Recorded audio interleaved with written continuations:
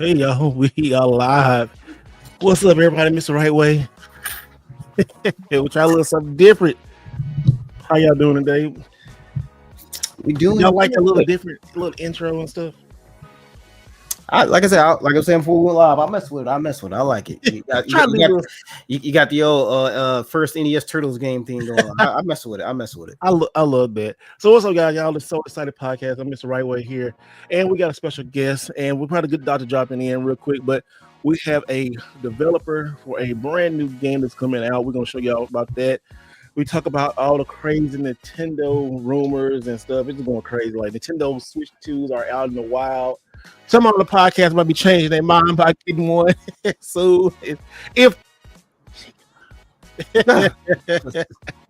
and also too, next week I will be in LA, guys. I will be at Summer Games Fest, but we still will be doing the podcast.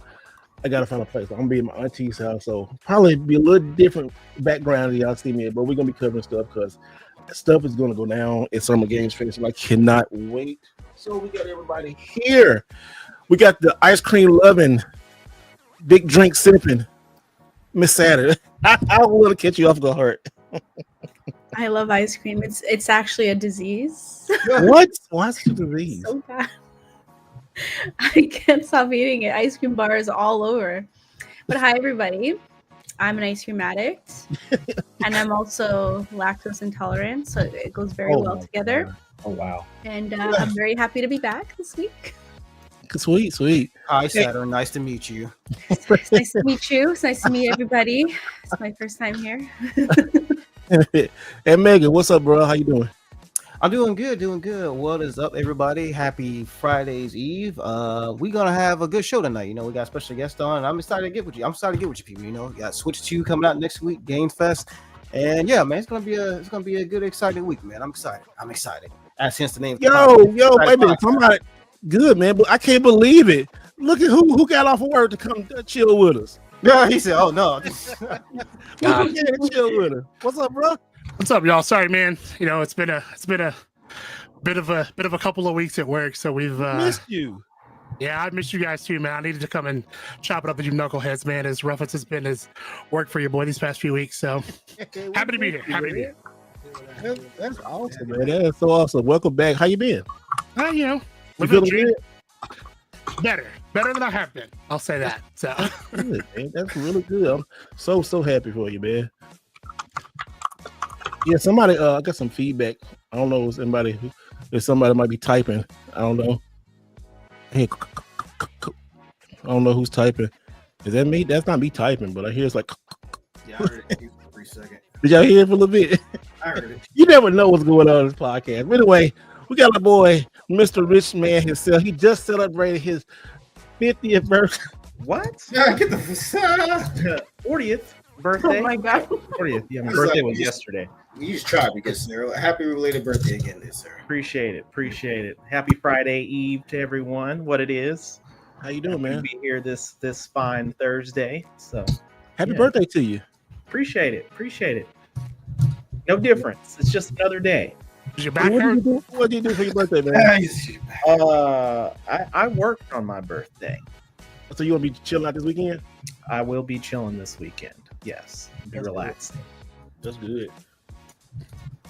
And we got a special developer all the way from Singapore, y'all. We got Ting. He is here. Ting, how you doing, man? Introduce yourself. Hey, I'm doing great. Thank you, everybody for the invitation. Yeah, my name is Teng. I'm a developer from Mixaround. We're a Singapore-based development studio. Very excited to tell you all about our game, Searching the Zodiac track. Yeah. Yeah, and we I'm sorry, was about to play your video, but it was really loud. Say that one more time. I'm sorry. Just still you got a new game coming out. We got a new game coming out, Searching the Zodiac Trial. It's a multiplayer action roguelike. So yeah, we've done just a couple like global playtests, and then we're heading to our Steam demo around August this year. So very excited to be here. Yeah, man, we got a lot to talk to you about. Really quick, guys, we're gonna play the trailer for his new game that's coming out, and yeah, it was kind of loud, but we're gonna play it. I hope I can take the sound down just a little bit. We got StreamYard gave me a whole bunch of new options, so I'm happy to use them. But here we go. We're gonna check this out. I was really excited, Steve. Not that damn excited. Calm it down, brother.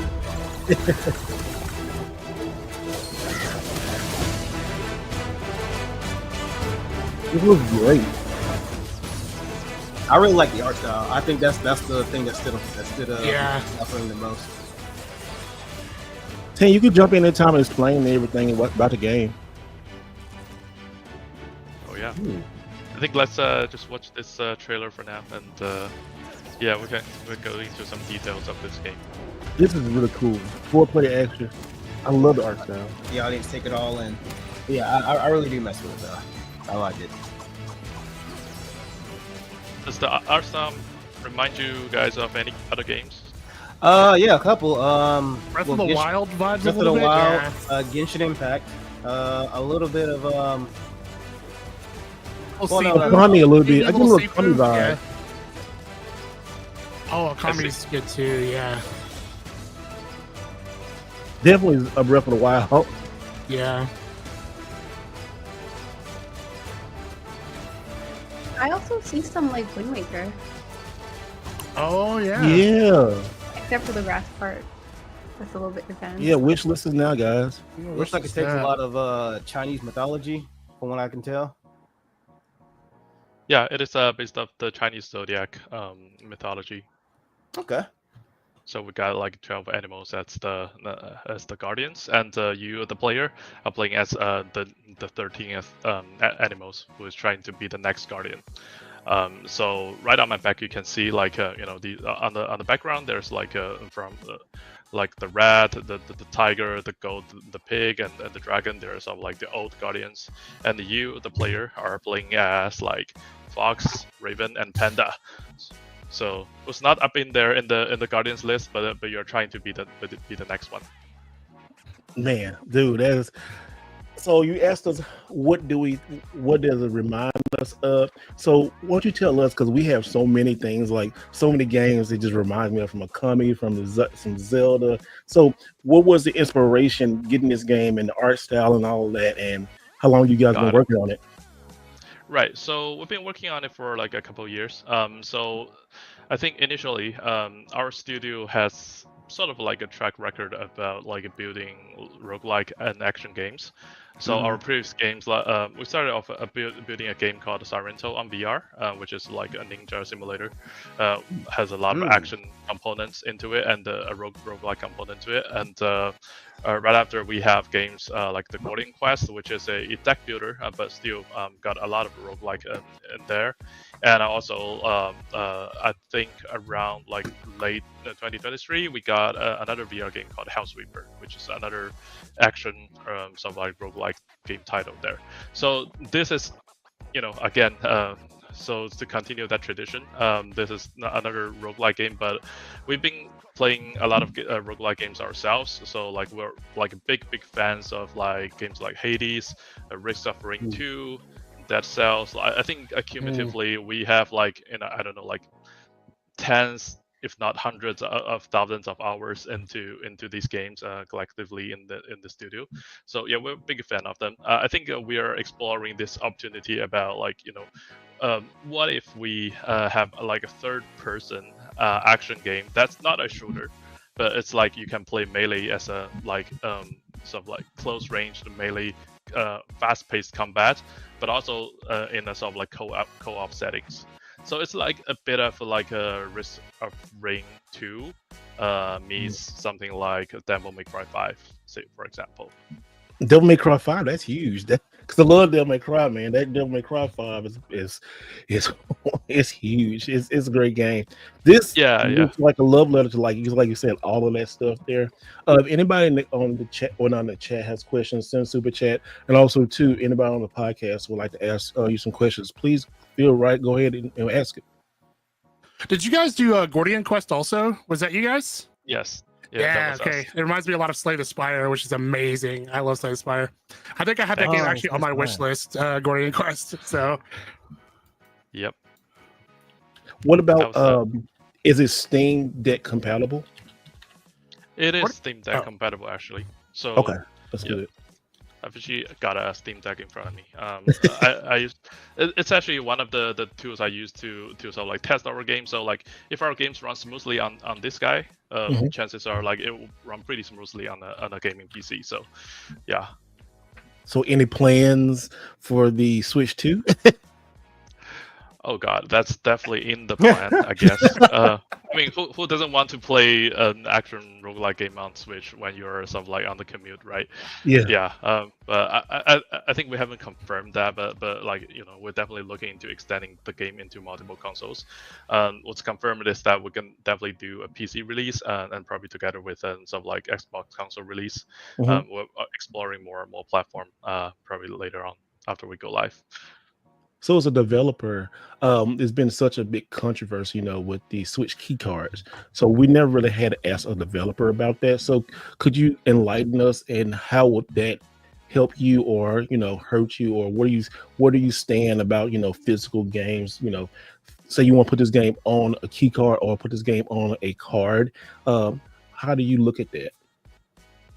Yeah, I'll probably talk about it more from like a personal perspective, because like as a studio we haven't really formally looked into the launch on Nintendo platforms, but to me as a gamer, like I've been a gamer since I was 5, right? So I like I collect all sorts of games, and I grew up in China. So what funny story is that back then in China there wasn't many sort of like legit like game publishers. So all of our games we're getting from like all the markets were pirated.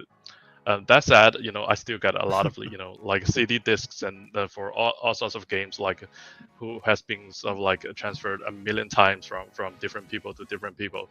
So funny story is that I grew up thinking like the original StarCraft came without a BGM. So I was playing StarCraft without a BGM, and after I grew up and I got access to like a legit source and to purchase the StarCraft remake from Blizzard, and I played it. I was like, this thing feels different, because like the one I played was without like a BGM. How come there's a BGM? That this feels so different.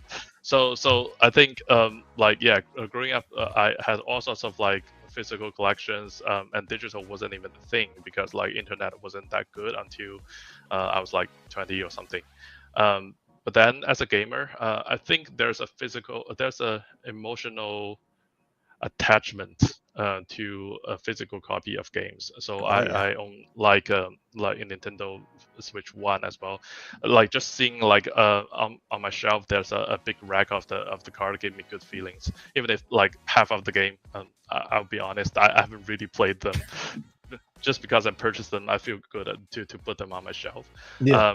But I think the thing about the Switch 2 keycard as a gamer, I felt like it's a bit awkward, and that's all like it's not a purely physical copy, because like the thing with physical copy is like if you purchase it, you're expecting to own the whole thing. Like you can take it out from anywhere. You're probably on a plane without good Wi-Fi or downloading anything. You can still like switch in and off, and to sort of like play different games. So the fact that you need a physical copy to activate a network download definitely feels awkward to me, because like I normally like I either choose to own a physical copy if I really like the game and I want to have a physical emotional attachment, or like I just download it digitally because it's easy for me to carry it anywhere. Yeah. So as a gamer, I feel a little bit awkward. As a developer, as I mentioned, we haven't really looked into the option, so I don't really know what it meant for us. I'm sure there's gonna be some developing effort in order to make that happen. So that might be additional work, but other than that, I'm not sure. Yeah. Oh, we got a huge super chat, and this is one from a family member, from a cousin. So hey, thank you, man. Thank you, Quincy. We got something for you right here. you muted, Mega. There we go. Sorry, man. I had to pull my glasses out the drawer. I was like, oh, hold on. We got $20. Hey, shout out to you. Shout out to you. Oh, this gun ran out of some ammo, but I got you covered. I got stacks. I got them with me. I keep them on me. So hold on. You got some more? You gonna reload? Yeah, reload. Hold up. Here we go. There we go. Can't do too much. Can't do too much because I gotta still gotta clean the shit up. So, yeah, appreciate you. Appreciate you for that $20. I love that part of the show, y'all. Thanks so much to my cousin, man. Y'all make sure y'all go over there and check him out, man. If y'all want to know some advice, he's a lawyer, he's a judge, but do not, he's over there for entertainment, but go over there and check him out, man. He'll get you right over there. He'll get you right. So thank you, man. Appreciate he'll be watching. He said I think he getting ready to close in on his first 1 million views on something on one of his videos, or the channel. Okay, nice. On his channel and stuff. So he's been doing really good, man. Like I told him I need to get in his in his algorithm because he's doing some good stuff. I'm like, geez, like boy, come on. Shout out, sir. Shout out. Yeah. So yeah, sorry about that. T. So this is what we do, T. Sometimes we get good super chats and we just we go crazy. We have a little fun and stuff. Anybody want to ask some questions? And also, too, right now we're turned on members only. So if you got, if you're a member of the channel, well, if you're subscribed to the channel, you definitely can take advantage right now till we open it back up to everybody to ask some questions just for right now. And anybody else on the chat or on the podcast would like to ask him some questions? Yeah, Mega. Yes, sir. I got a good question. Mr. Tin, sir. Again, appreciate you being part of the podcast. This question goes more for just your insights on just how the industry is in general. You've been a independent developer for seems like quite a few years now, so I'm pretty sure you've seen the state to which the games industry is now. From what we can tell is there's been a big resurgence of just indie games in general. For good example, one of the highest rated games of this year and the most talked about games, of course, I'm pretty sure you heard of it, Expedition 33. That game was made by a team of less than 35 people, 35 individuals, something like that. So we're really starting to see more of an uptick of just smaller budgeted games overtaking a lot of like the bigger AAA budgeted games, like Balatro. That was a good one that came out last year, and that like blew everybody's mind, and that was doing numbers and reviewing quite well too.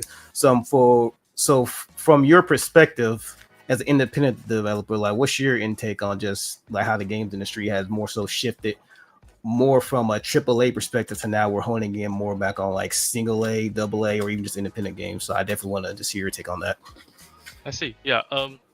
Interesting you asked about that, Mega. And actually before joining Mixed Realm as an independent developer, I worked at Riot Games for about like 8 or 9 years.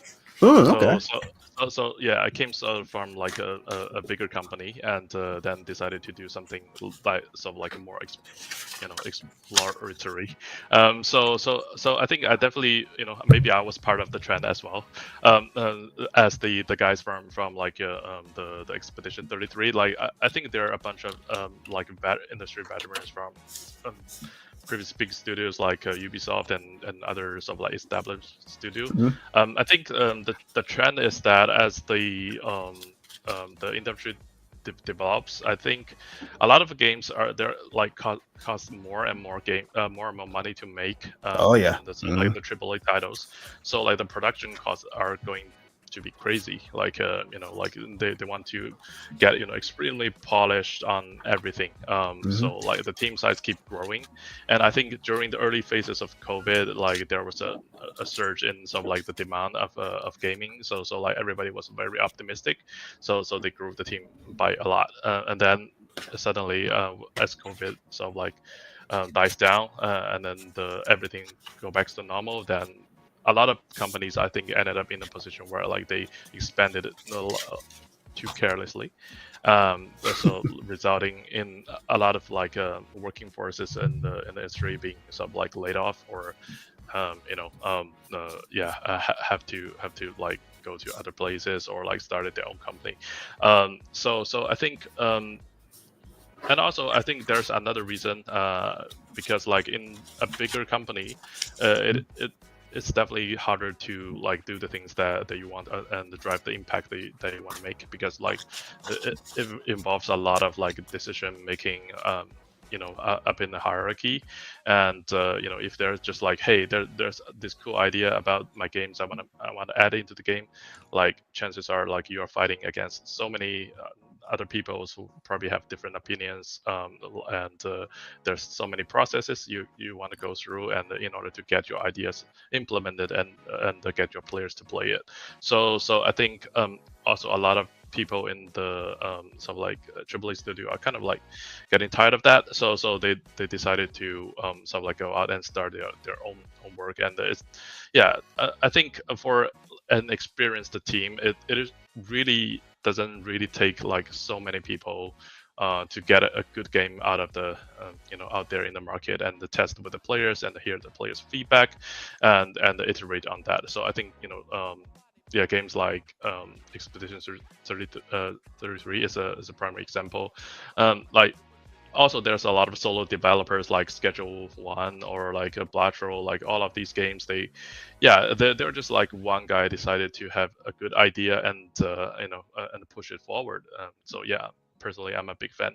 And what we are showing here is sort of like in development footages. So like these are the type of thing that we're having a lot of fun with, like when we are in a small developer studio. Like sometimes you can just put in like, hey, what if I just like make this happen, right? So these are the cosmetic system. We don't have a lot of good assets for now, so let's just try. What if we replace the hair with a block? What if we play the Zodiac Guardian as my hat, and take another challenger, another player actor, which is the Raven here, as my weapon? So like this is all like the goofy after hour fun that we are having inside the studio. And sometimes they actually end up getting into the game as like a proper content. That's cool though. I love that. They're the type of thing that you never know, right? This is one of our developers decided to try. Hey, what if we kill this boss and his head turned into like 20 different copies and start to laser beam you all at the same time? So I think we had a lot like laughs and funs, and so hopefully we can polish this kind of experience, making them less like April Fool content, but more like fun. An actual playable piece of a game that you can interact with. Man, that's pretty awesome. Pretty dope. That's pretty I awesome. love that. We got a guy. He a little late, but we got Alex here, and Alex is actually one who got in touch with Ting. So Alex, what's up, man? I'm doing all right. Sorry, I'm a little bit late. I just, work just is the way that it is sometimes, and it got a little bit hairy and scary towards the end. Tang, thank you so much for coming. I apologize for being a little bit late. And this is actually early for Alex, so hey, shout out to you, man. This is real early. True. It's early. It is. We appreciate it. It's real early for him. I'm only 20 minutes late or 23 minutes late compared to 20 minutes early here. Yeah, exactly. You need to drop in like the second half hour of the show or something. Well, Thanks, Alice, for the invitation. Yeah, and for the shout out in the last podcast. Very appreciate it. For sure. Yeah. Hey, hold on. We got to stop. One of our favorites, somebody who we love, Pink Princess in the City. She said, "I had a pleasure to be there with y'all tonight and tune into the podcast. Happy to tune in for mixed rounds in the Zodiac Trial and to watch and make it rain." So guess what? We're gonna make it rain for you. You revealed my trap card. Shout out to you, Princess. Always showing up here every single week. You don't have to give us your hard-earned money, but you do. Shout out to you, Princess. We should start calling you Queen from now on because you giving us the Queen treatment. So shout out to you, Miss Queen. That's why I'm start calling you from here on out. All right, love you. Yeah, one level. Oh my goodness, that was hilarious. Every week. That's fun. I love it. Thank y'all. Everywhere. You got everything everywhere. That's right. And also too now, guys, y'all can wish list this now on Steam. I think Alex, if you can put in the chat, we'll share it for everybody. Or if somebody got the link, let me grab that really quick. Sure. Definitely pan it to the top of the chat and stuff. Anybody else got anything? Next, you got any questions? Yeah, I'm looking at it right now, and thank you again for coming on. I absolutely love the mythology that you decided to go down. I mean, we're seeing a lot more of the Chinese mythology coming to games, which I absolutely love.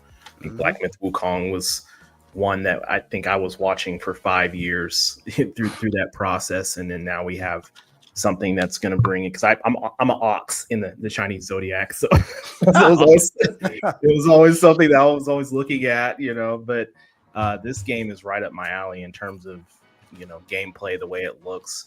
My question to you is, like, in terms of the story, like, how much depth have the devs really put into this game in terms of, like, is it hours on hours of gameplay that we can expect to play with this particular game? So are you particularly talking about the narrative side of the game, or like? Yes, the narrative. I see. So I think this game is I think the primary focus is still on gameplay. So Okay. so like I think it's a little bit like Hades, where like you're focusing on getting into run after run after run, and to try out different sort of like build and different like theories that you can craft about like whether I can beat this boss in different ways, and the difficulty will go up as you challenge like higher up in the ranks to the likes of like tigers and dragon. So but in the narrative side, I think we're going a little bit more sort of like lighthearted way of of the implementation, where like there are backstories about sort of like how this 12 animals become the Zodiac and they are today, and why they are ranked in this way. I think even to a lot of the Chinese people, like they're actually not sure like why is the rat is ranked number 1 and the dragon is number 5, for example, right? So I think we'll put into our sort of like own interpretation in a sort of like light-hearted and humorous ways of that, and there will definitely be like banters between the guardians. About your performance as a player during the game when you're making certain like choices. For example, you're picking one over the other, then they will question your choice. So, for example, these kind of like a narrative sort of like interactions that are going to be available, and there's also going to be a sort of like hidden sort of like story main line after you beat the game for the first time. So to encourage you to explore like what's really going on with this world. I can't say too much of that for now. But it keeps you wanting to come back and play the game for sure. Yes. Okay. That's awesome. Yeah, it's always a good selling point. I like that. I really like that. So let me ask you something about the development cycle. So from concept to where you are now, and to when, like, how close are we to actually being able to play the game? And are you going, with a public beta, and then after the beta, how much time do you think you're going to spend polishing before you actually go to a final release? I see. So we have been in development for this game for about 2 years. It actually just started off with like 2 guys on our team, just like prototyping some of the ideas, and then there's like more and more teammates join in, and sort of like get to where we are today. We had like 2 global playtests before, one in September last year, when it was like only a single player version of the game, and in this year we had another second global playtest where like it's open for multiplayer. So we got about like 10,000 playtesters to join in the game and the playtest the game for about a month, and just to give us the confidence that like we can, our sort of like network infrastructure is stable enough that people can play this game with a relatively smooth experience. Like you don't expect to like join the party and to get disconnected and get frustrated, this sort of thing. So we're basically just like sorting out all of these technical perspective, and we're heading towards a Steam demo release for around August this year, and hopefully, if things go well, we're targeting for an EA early access release for early next year. Nice. All right. So you're actually moving along really quickly. Somebody in the chat real quick want to ask. Go ahead. Is loot and crafting a major component? And are the Guardians a set archetype or customizable over time? I like that one. Okay, yeah. Oh, cool. So loot and crafting. So this is not going to be a major component. So like we're sort of like a roguelike games. So I think the majority of the gameplay is still like what we call the sort of like the in-run loop, where like you start it off. And then you sort of like build your abilities and the power-ups like progressively and with a certain degree of randomness. That said, we will have like a meta progression outside of the game loop. So every time you play the game, you're collecting some currencies. You're going to find some hidden items in the game that helps you unlock your ability and prepare you better to go into the next trial. So there will be like two sort of like tracks going up together. So like one is sort of like as you unlock and collect more currencies and sort of upgrade you outside of the game loop, you get stronger at the start of each game. But then like the challenge is also keeping up with your power up. So what we're hoping to deliver is an experience where like the challenge is always just a little bit above your current ability and plus your skill. So that you feel like challenged, but not, it's not crazily difficult as playing Dark Souls for the first time. Yeah. No min-max. Yeah. I think there. Min-maxing. Yeah. Maxing. Yeah. And second question is about the Guardians. So the Guardians in our settings, they are sort of like they're not playable characters, but they are sort of like your sort of like judge on your trials. They will decide whether you performed good enough or whether you deem like worthy as the next Zodiac to be on the certain spot. I'm not sure if that answers the question about the Guardian in terms of their set archetype. And all of them will have like a different personality, that's sort of like appropriate like to the sort of like somewhat a stereotype in sort of like the Eastern Asian or like Chinese culture, where like, for example, the tiger is a very strict and serious person, and he would judge your performance with a ruler and with a score, and sometimes seems a little bit too harsh. Whereas like a dog is super friendly, welcoming you into the world, help you every time on the way, heal you when you're damaged, and this type of thing. Yeah, that's cool. What do you want to say, Alex? Well, in terms of just like the loot side of things, or the weapon progression and things like that. I mean, how much can do the players have control? Because like, so for example, a lot of these roguelike type games, I mean, your weapons will increase in power over time. You go through a run, you die. It's like now it's unlockable earlier so that you can have access to it. So you're not having to spend as much time grinding to be able to kind of pick back up where you left off, but you're still punished a little bit to, get you so that your reflexes are good, or you understand like parrying or dodging or whatever. How much of that type of, thought process is involved in terms of just the game design, and, how much of a difference does it make as you, go through playing the game, over time? Right. So in terms of like crafting weapon and cosmetics, we actually tried a few different approach on the spectrum, from like weapon being like purely cosmetic that only changes the look, but it doesn't do anything from the gameplay, all the way towards our last playtest, where like if you change to a different sword, all your move set got changed. So like you got a complete different set of ability. So I think we experimented with like a different sort of like point on this scale.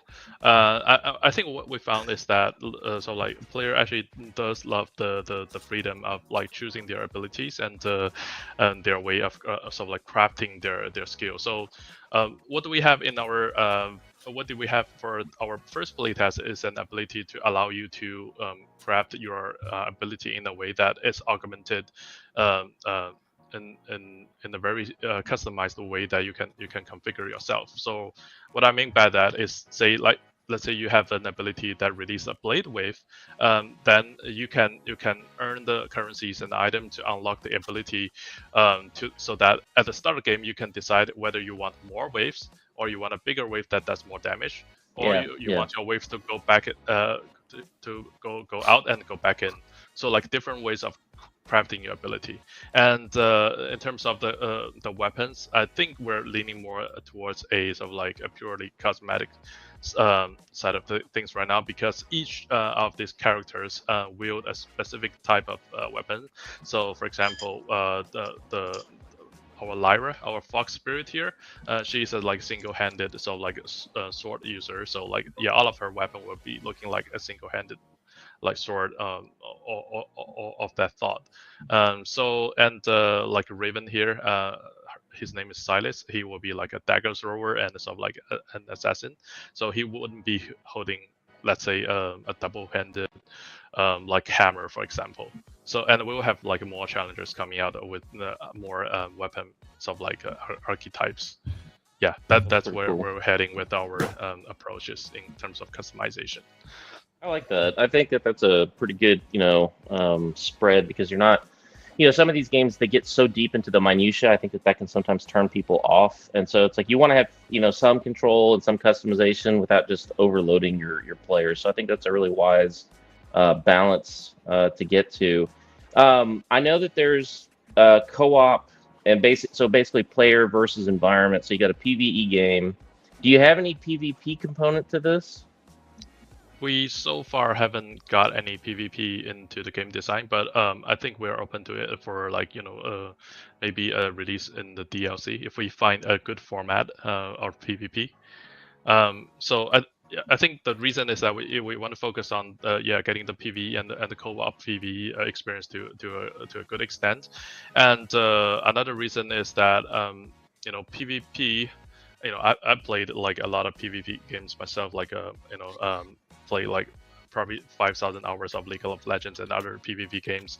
I think what I tend to find is that people kind of like getting into competitive and sometimes even toxic into the PvP world. And if we make it too competitive, then people will start like looking into like cheating and all sorts of like network attack and all sorts of the things that will this will be the type of thing that a small indie studio of our size wouldn't be able to keep up if like that's too competitive. But if it's sort of like super casual, I think then we just need to find a good format where like you and your folks can sit down and have a laugh and over and not to care about like the result and outcome of this game mode. But I think it's been on our backlog that we'll look into that so after possible we are DLC down the line. Fair enough. Probably. Now, and hold on, and also to Pink Princess in the City. She said, "This is for you, Teen." She said, "It's a Chinese person who specializes in cultural heritage, and it's been incredible seeing how gaming is contributing in the general public interest and learning about Asian art, history, and languages." So she's really excited about that. So that's awesome that that representation is very, very important. So I want to thank you for that. That's so great to hear. Making it rain tonight, man. That's 30. So let me 30 minutes. Shut up. Let me ask you this question, and this is something that's near and dear to this podcast in particular. Here we like to collect games, and everybody has different collections and everything. So, sorry, did you already ask that? Yeah, we asked a version of that. Well, you wasn't here. You was late, sir. I know. I was late. So is there a collector's edition potentially coming? Because I missed that. Oh boy, for obvious reasons.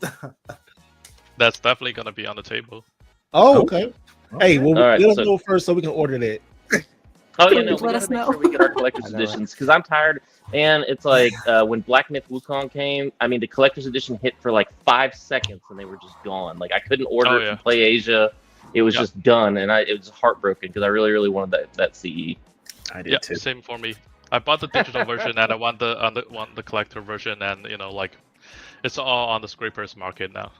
Oh man, yeah. It's funny because it's like even like we've been having difficulty because everybody here goes deep into like eBay and conventions. I just got this in. It's gonna be on the video tomorrow, but yep.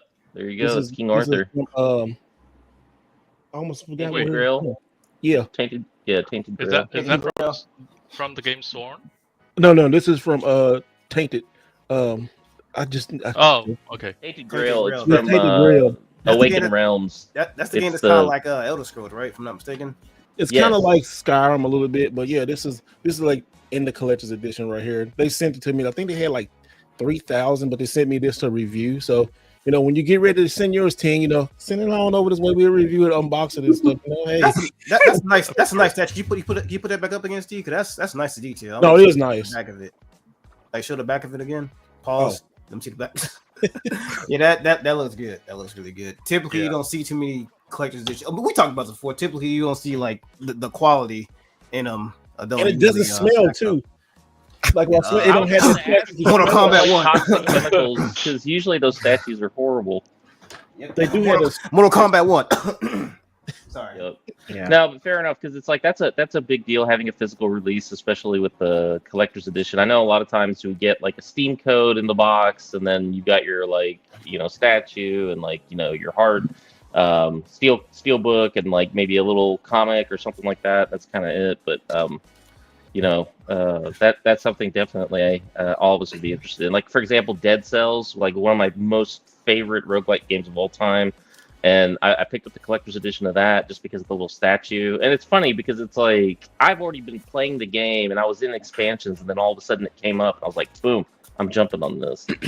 So yeah, definitely collector's edition. When Alex buys something, he buys something. That man got he talking about physical collectors, bro. Send them a link to whatever collector's edition you got, regardless of the price. That man will buy it. I guarantee you. Yeah, he gets it. I'm a sucker for that stuff. You would have 3 sales just from Alex. Yep. Guaranteed. Now let me ask you another question then. So obviously this is coming out on Steam. Do you guys, is it something that you're interested in maybe bringing it to consoles like the Switch 2, the PlayStation 5, Xbox, whatever? And if so, is that dependent on your sales on PC before you make that determination?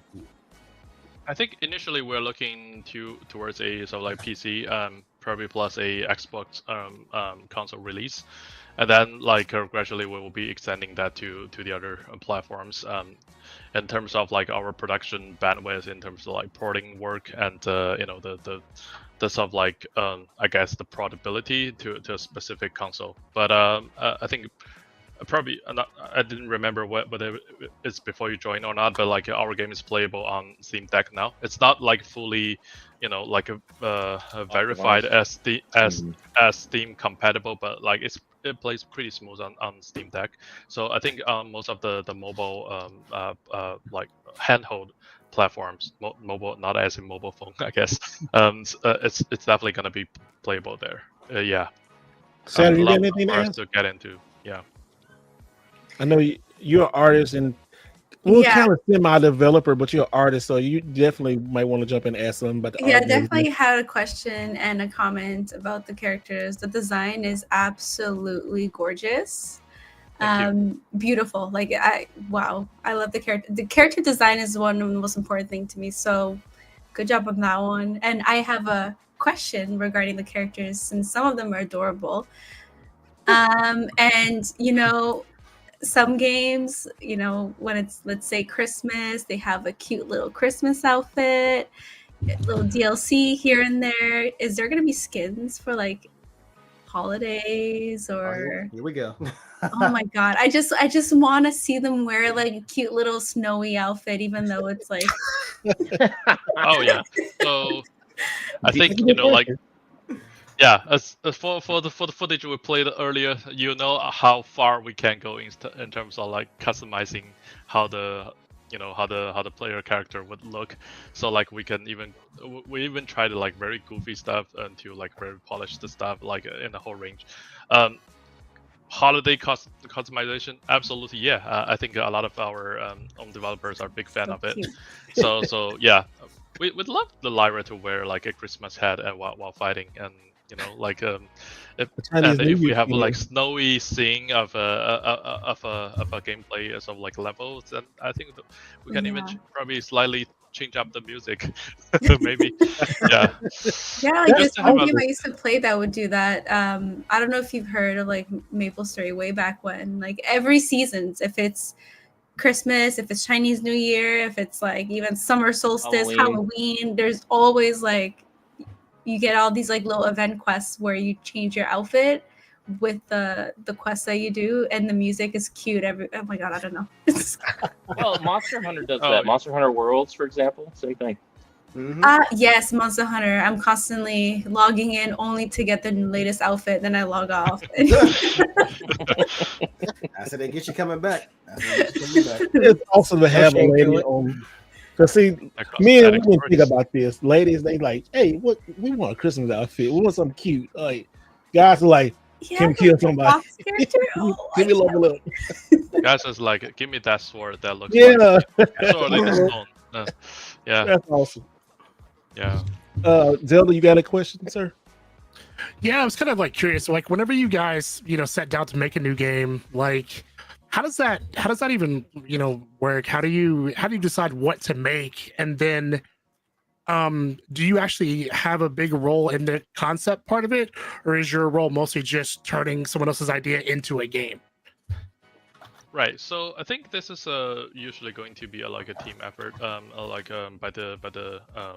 It started off like from a few like simple pitches within the team. I think everybody does have a chance to talk about their own ideas. But sometimes like we'll just like bounce off ideas against each other and see which ones would probably work.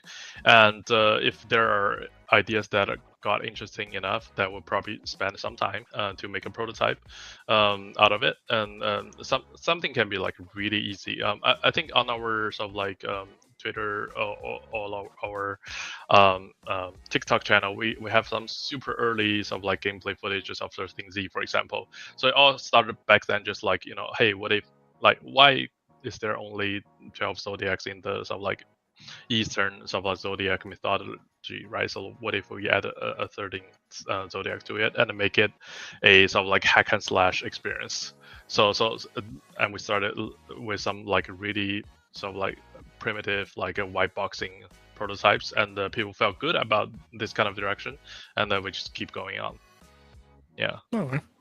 So let me ask a follow-up to that. Like, obviously you have a team right now. You started out with just 2 people, correct? So how big has the team gotten, and how have you decided who and to add and when to add them to the team? Right. So I think when I say 2 people, I think that's 2 people from the studio. So like the studio has around like 20 people from all these years. I think before I joined the studio all the way back to 2016, there was only like 4 people started making Sirento VR. So now it's around like 20 people across this year. So yeah, two of them started started on this game around like I think late 2023, and then almost the entire team got onto a Certain Z as of now. So it's like a gradual process. So like as we move on and getting the game to be more technically sort of like stable, then we sort of like ask more members of like say artists, the animators, and more from the other side to join and help us making the game like look a lot better than if programmers were to make all the arts and all the UIs and stuff. Yeah. So yeah, I'm a programmer myself, so I know how it looks like.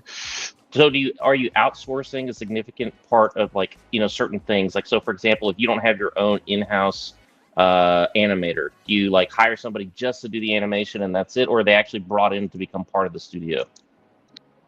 We actually have most of the disciplines in-house. So like we have animator in-house, we have like concept arts and 3D modelers and VFX artists. So yeah, we try to get a very competent team member that can cover all the aspects. We do some sort of like outsourcing work as well for things like sound and music, or sometimes like the UI work. We do work with freelancers and other people who are doing outsourcing work, or like small outsourcing studio, because I think the outsourcing market is also like different for like an indie studio versus like a AAA company.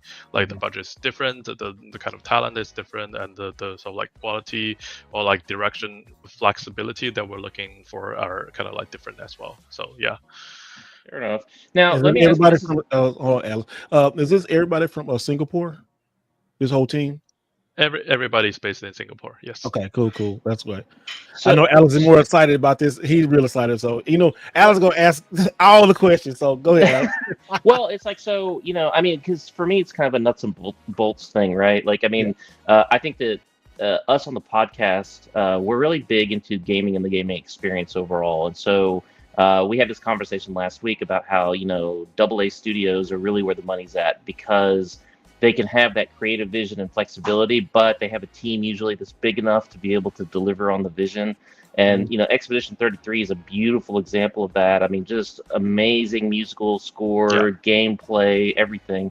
And so we're very big supporters of these like small and medium studios. Yep. But like, obviously it's like you have to fund this, right? So are you guys self-funding this? Do you have investors? Do you have a combination of those things? Like, how do you make sure that you keep the lights on while you're, developing a product that hasn't gone to market yet? Right. So So I think there are multiple parts of the funding. So obviously, like even before I joined, like our studio has released a few games, and I think they did relatively well. So like there's a part of fund that we secured for ourselves to sort of like to sustain. We're also like looking into other opportunity to work with like investors, but I think to work with investors is not sort of like getting free money, like like there's also like certain obligation that you need to fulfill. So sometimes it's not always the sort of like the ideal choices, and like I think as an entrepreneur, I think what we're prepared for is like even when the economy is not doing great, for example, like now, and if like there's not enough sort of like other external sources that we can seek funding for, like we're prepared to start like putting our own like money and savings into like making our games to see the daylight of it. So I guess that's relatively like a spirit of it. So yeah, it's gonna be it's to be honest, I think it's kind of like tough in this sort of like environment these days. But yeah, I think we're just like do whatever we can to keep ourselves afloat. Is there any assistance? Like a lot of different governmental agencies, for example, will have grants and things of that nature to be able to foster creativity, whether it's in the arts or music or film or game development.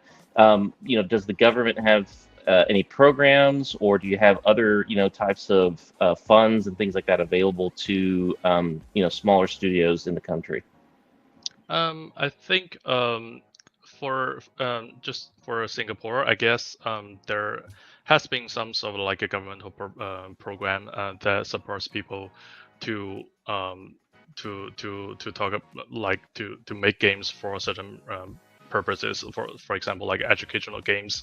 But I don't think there's like a general grants for you to just like for the indie sort of like game development industry as a whole. And I think there are grants from like people or companies like Xbox and Microsoft that we can work with them to get grants to get onto the Xbox platform to release on console, or like release on their Windows like Xbox Gaming Pass.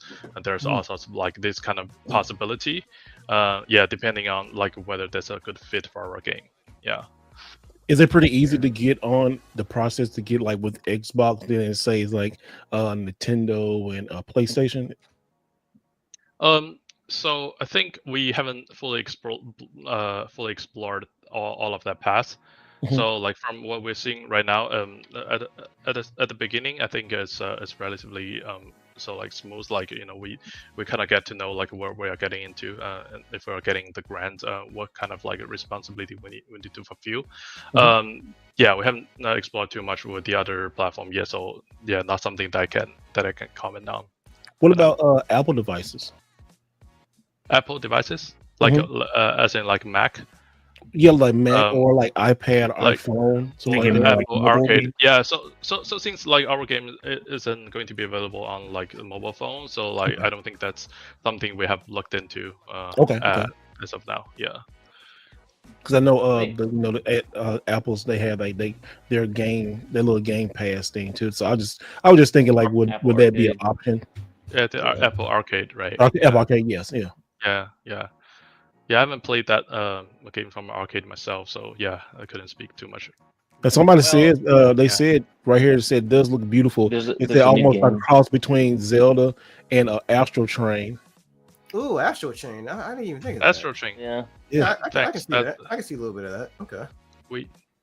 I feel flattered again compared to those two games. Yeah, I think our artists did a really good job. Yeah. They really did. My goodness, that art is amazing. Would you be sending out like key art and stuff like that soon, like for the website or like on Steam or somewhere like a landing page you can go, you like keep up the progress of this game? Oh yeah, actually behind myself it's the key art. Okay. For our game. Let me just move across a little bit so you Yeah, I can love see. that. Like yeah, that's Like I want that on a basically, T-shirt. Oh man, yeah. Yeah. Me too. Really good Me too. t-shirt, yeah. Just That's like a nice. plain white That's t-shirt or like awesome. a beige t-shirt. I think that looks Yeah. Mhm. I'll Yeah. make sure I send you guys a t-shirt. You just need to tell me your size first. Sorry, to know a little bit more about you. Okay, yeah. What we Yeah, got, yeah, man. yeah. Absolutely. Oh, me, yes, Get the sir. whole We're podcast wearing it. Hey, Yep. we'll be right in my Like, video. if there's a way to get the main Deal. we showed on the front and then the 13Z on the back, if 13Z, that's possible, hell yeah. that'd Yeah, be, like right here on the that'd be back. lovely. Yeah, Oh. that'd be lovely if that's possible. But if not, Yeah. Yeah. No, I keep staring at it the entire time that we've been talking. I've just been staring at that. So amazing. Yeah. Actually, before coming up to this podcast, I was thinking whether this one would be too distracting. So if that's the case, please tell me and I can. No. It's Great. fantastic. Yeah. It's No. fantastic. But, It's a good but, distraction. I can't count how many hours I spent just looking into these guys, and we have like all those nice big posters within our studios. So yeah, sometimes like just like between work and the coffee breaks, I just like grab a coffee and standing there and stare at these amazing characters. I was like, yeah, Like I said, that would make a hey. looks If you good. want to sing a poster too, that is amazing. That is I love that. That is really something because that's like when you bring it in your house and somebody, what is that from? Oh, let me tell you about this right here because Mhm. Oh, yeah. it's like nothing you really haven't seen. It's different. It's You like, guys need to like do a comic book that does anime. more of like the story and stuff because the art, I mean, it's just designed to be on paper. Like Yeah. it just looks amazing. Right. I guess artists got more work to do. Yeah, no, that seriously put them to work. I think that's great. I mean, and what game engine are you guys using? You may have already covered this. Is it Unreal Engine? It's a Unity. Unity. Unity. Oh, okay. That's So still what? big on being Okay. used, yeah. Now there was some controversy about Unity in the last few years with how they were charging developers and how they were going to, basically nickel and dime developers into oblivion. How did that cause any pause in development? Did you guys get really stressed out about it? Like, how did you deal with all of that craziness to end up where you are now? Yeah, I think it happened during the development of our game, but it didn't cost us too much back then because we're still in development. We're sure things are going to change because all the backslashes that Unity got, and obviously they changed their policies in the end. But yeah, overall it was kind of like crazy why things started off that way, and that there were no good reasons for change from the perspective of gamers or like developers.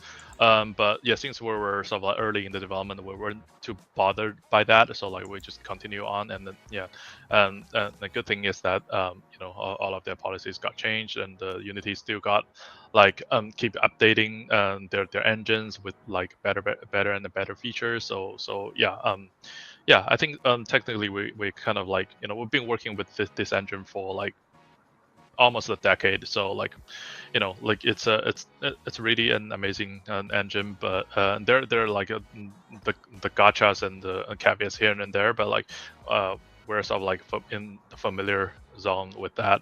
So yeah, I think so far that's the choice of engine in our studio. Yeah. Fair enough. All right. Now you've obviously created this whole entire mythology, and you put your own, flavor and touch to it. Do you see this turning into a much more expansive kind of, game universe with different types of games and different genres being produced throughout? Or have you guys thought that far into the future? I mean, where are you kind of sitting right now with kind of the story and mythos that you've created?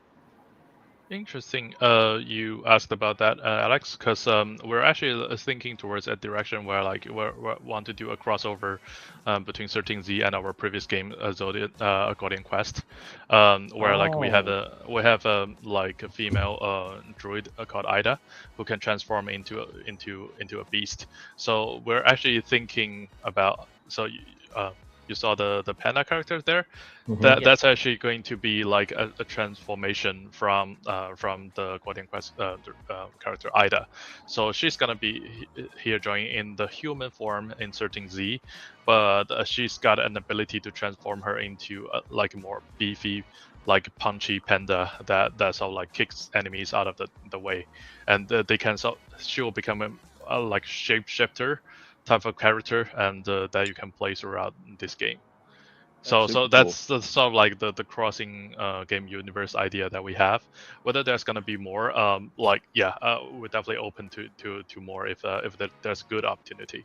I think since all of the Zodiac and the challengers they have their animal representation and the animal form, and there are also a lot of like animal inspired characters in any other game. So like I think there's going to be a lot of opportunity that we can cross them over and get them in here. That's it's cool, kind of 'cause funny it because I looks keep like a looking at fighting the game. art.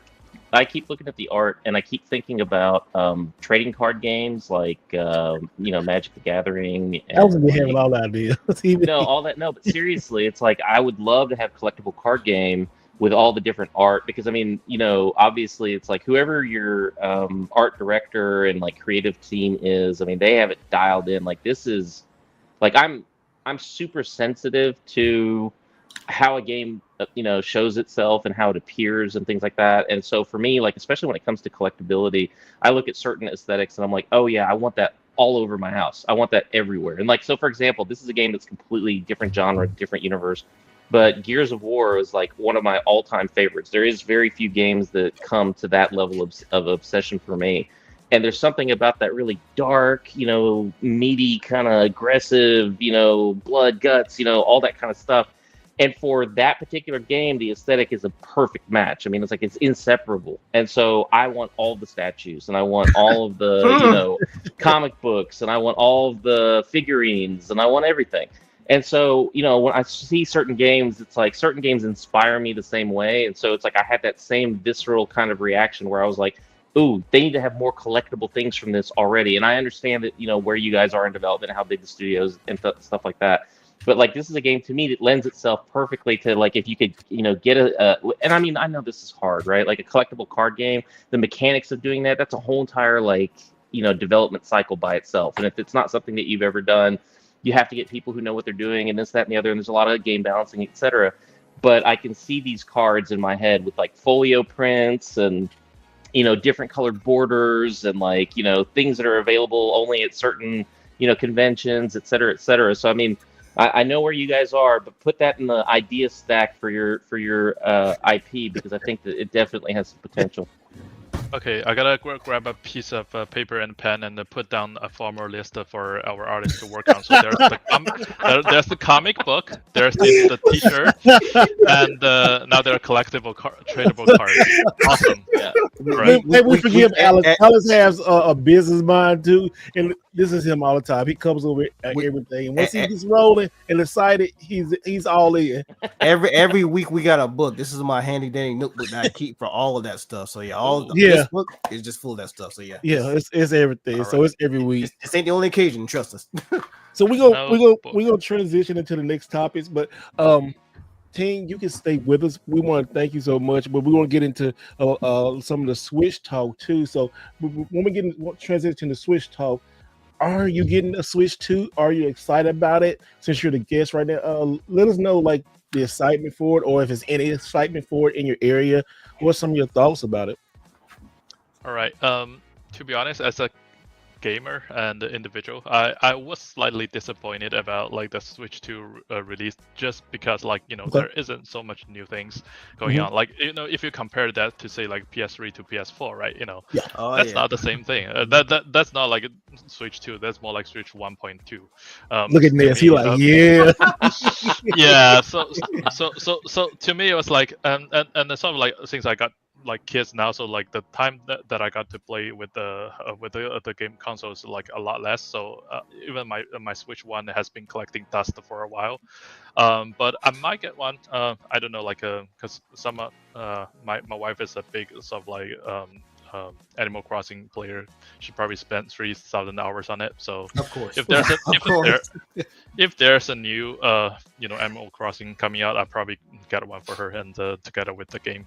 Yeah, that's cool. Yeah, because right now, man, like we got a week left. Yeah, almost kind of a week left for a week exactly. A week exactly before it comes out, and it's getting crazy. Like guys, right now, somebody it's Switch 2s out there right now, y'all. Switch 2s are in the wild. It was a video that was posted to YouTube about a couple days ago, and they just opened the box and showed the tablet, and 10 minutes later it mysteriously disappeared, and I guess Nintendo Ninja got on them and stuff, and more of this is going to happen, but it was some conflicting reports. First, they said that they needed a patch. Well, that patch is actually for the Switch 1 games, and when that came out, look at this right here, y'all. We're going to share the screen with you on this one, and it's pretty crazy. Like, the Switch 2 leaker who did it was it was a Russian gaming podcasters,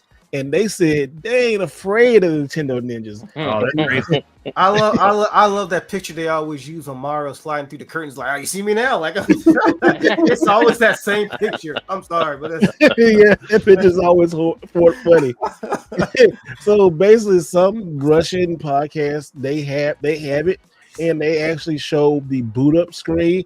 I'm not showing that here because I'm not having the Nintendo Ninjas taking my channel down. No, I respect Nintendo Ninjas. I'm not doing that. So yeah, I respect Nintendo Ninjas. I mean, in the podcast, what do y'all think about, guys? Anybody? Saturn, she found this really hilarious too. What do you think about this Russian podcast not being afraid of Nintendo Ninjas? And we'll get back to our host in a minute. Ask them about that. I mean, like, the console's not going to work anyways. What was the point? You could No, it says it's going to work. It's for the Switch. It works for the Switch 2 games. It just won't work for the Switch 1. Oh, so he was able to play the Switch. Yeah, and he's planning on releasing more stuff soon. He just can't connect it to the network, right? You don't want to do that. No, that's what I'm saying. He got one. Bro, he don't they're care. Gonna brick that console. He's gonna have to go to like the secret Nintendo dojo to be able to fight in the Kumite and wrest the rights to be able to open that Switch back up and actually use it. It's gonna be a blood sport. I thought he would have been bricked automatically as soon as they find out that it's on. Well, if he doesn't go online, right? Yeah. But also too, right now though, technically, I think Nintendo I think some people like the Wall Street Journal and different people, it's like at least by less than 10 outlets who has it. So if it does pop up, they're probably going to know who's going to be on there. Yeah, because they did have in that contract that it's specifically saying in that contract that they released like a week or two ago that they reserve the right for whatever reason if they find you doing anything nefarious, illegal, whatever, that they can block your Switch. So brick your Switch. So just be mindful of that, people. Before you start doing some the jailbreaking community that they will figure out a way to circumvent that. Oh, I do too. Oh, there's a way. But I just try to face consequences of them doing like, hell no, they can do it. I benefit from it, but no. But what I'm waiting for is that day one jailbreak where people are like, "What y'all think?" And it's like, boom! All of a sudden, Nintendo Switch 2 jailbroke and day one. It's like, wow. Yeah, I think that's what they're trying to do, and also too, man, like. It's just crazy how this just happened. We knew it was going to happen. We were just waiting to win, and who was going to be big and bold enough. And talking about breaking the systems, that was all the way back with the Wii. That was in the country. Just nobody just really, the Switch got popular. I mean, super popular, and now the Switch 2. So people started to kind of read back into stuff like that. I'm gonna watch it, but I'm avoiding all kind of spoilers so I can like open it myself on like get it midnight so I can do it, like play it and stuff. Because as soon as I get to midnight, I had to jump on a plane to go to Summer Games Fest, so and then also do the podcast that day. So it's gonna be busy. But anybody else think about it? Ness was like, yeah, okay. Man, I just don't get the logic behind posting that. I mean, okay, yeah, you're the first. Whoop-de-doo. Clicks and views, bro. I mean, Yeah, exactly. You You got that are 15 gonna go minutes of straight frame. down. is this your first day on the internet, or Yeah, you're first on the internet, and then the video's down. The video's down, you're unmonetized. You I have got a copy of that video. You guys want to see it? No, I got a copy of it. no video that ever hits Like- the internet is ever gone. Like, Yeah, that's- exactly. Yeah, it's out there, and there's tons of out other there. videos of people reviewing that video, and They're someone reviewing reviewing the that video. video, somebody reviewing that video. So it's yeah, just like it's like it's Inception out of videos. But I mean, I don't see enough sauce right now for me to go and buy a Switch 2. I just don't. You're right. I mean, I ordered one, but I'm the same Yeah, way. I did not, and I'm perfectly fine with waiting a year or two for a Switch 2. Perfectly Man, fine. listen. Two's a bit. Look, I want y'all to record this clip because I promise you, within one calendar year, there's going to be a game where he's like, "Bet I'm getting this." Yeah, I believe that too. I believe That game would have to. I was the, going after skins, right? So I don't want a plain Switch because I know Nintendo's going to throw out 1,000 different versions of, this is the Animal Crossing version, Switch 2, and this is the Gears of War, the Halo edition. Or But then, see, I was telling bro. Saturn. See, I was telling Saturn that, and like I was saying, we don't actually know because this is okay. The Switch 1, they did that right. But look at the Switch 2 now. And look at the market now. Like we're like struggling to get like physical copies of games. It wasn't like that when the Switch 2 came out. I mean, Switch 1 came out. It was just happy looking, releasing Switch and releasing consoles and stuff like that. I'm just saying, like, it's a different. We don't know. We assume that they might release something, but we just don't really know. Because like I don't know if it's going to happen, but something inside of me thinks that we might come into another like Wii situation. This first allocation sells out, and then for like 6 months it'll be hard to find one. Luckily Nintendo was working overtime and getting more Switches over here, but this is just the first run. What about that second and third run? We just don't know what's going to happen.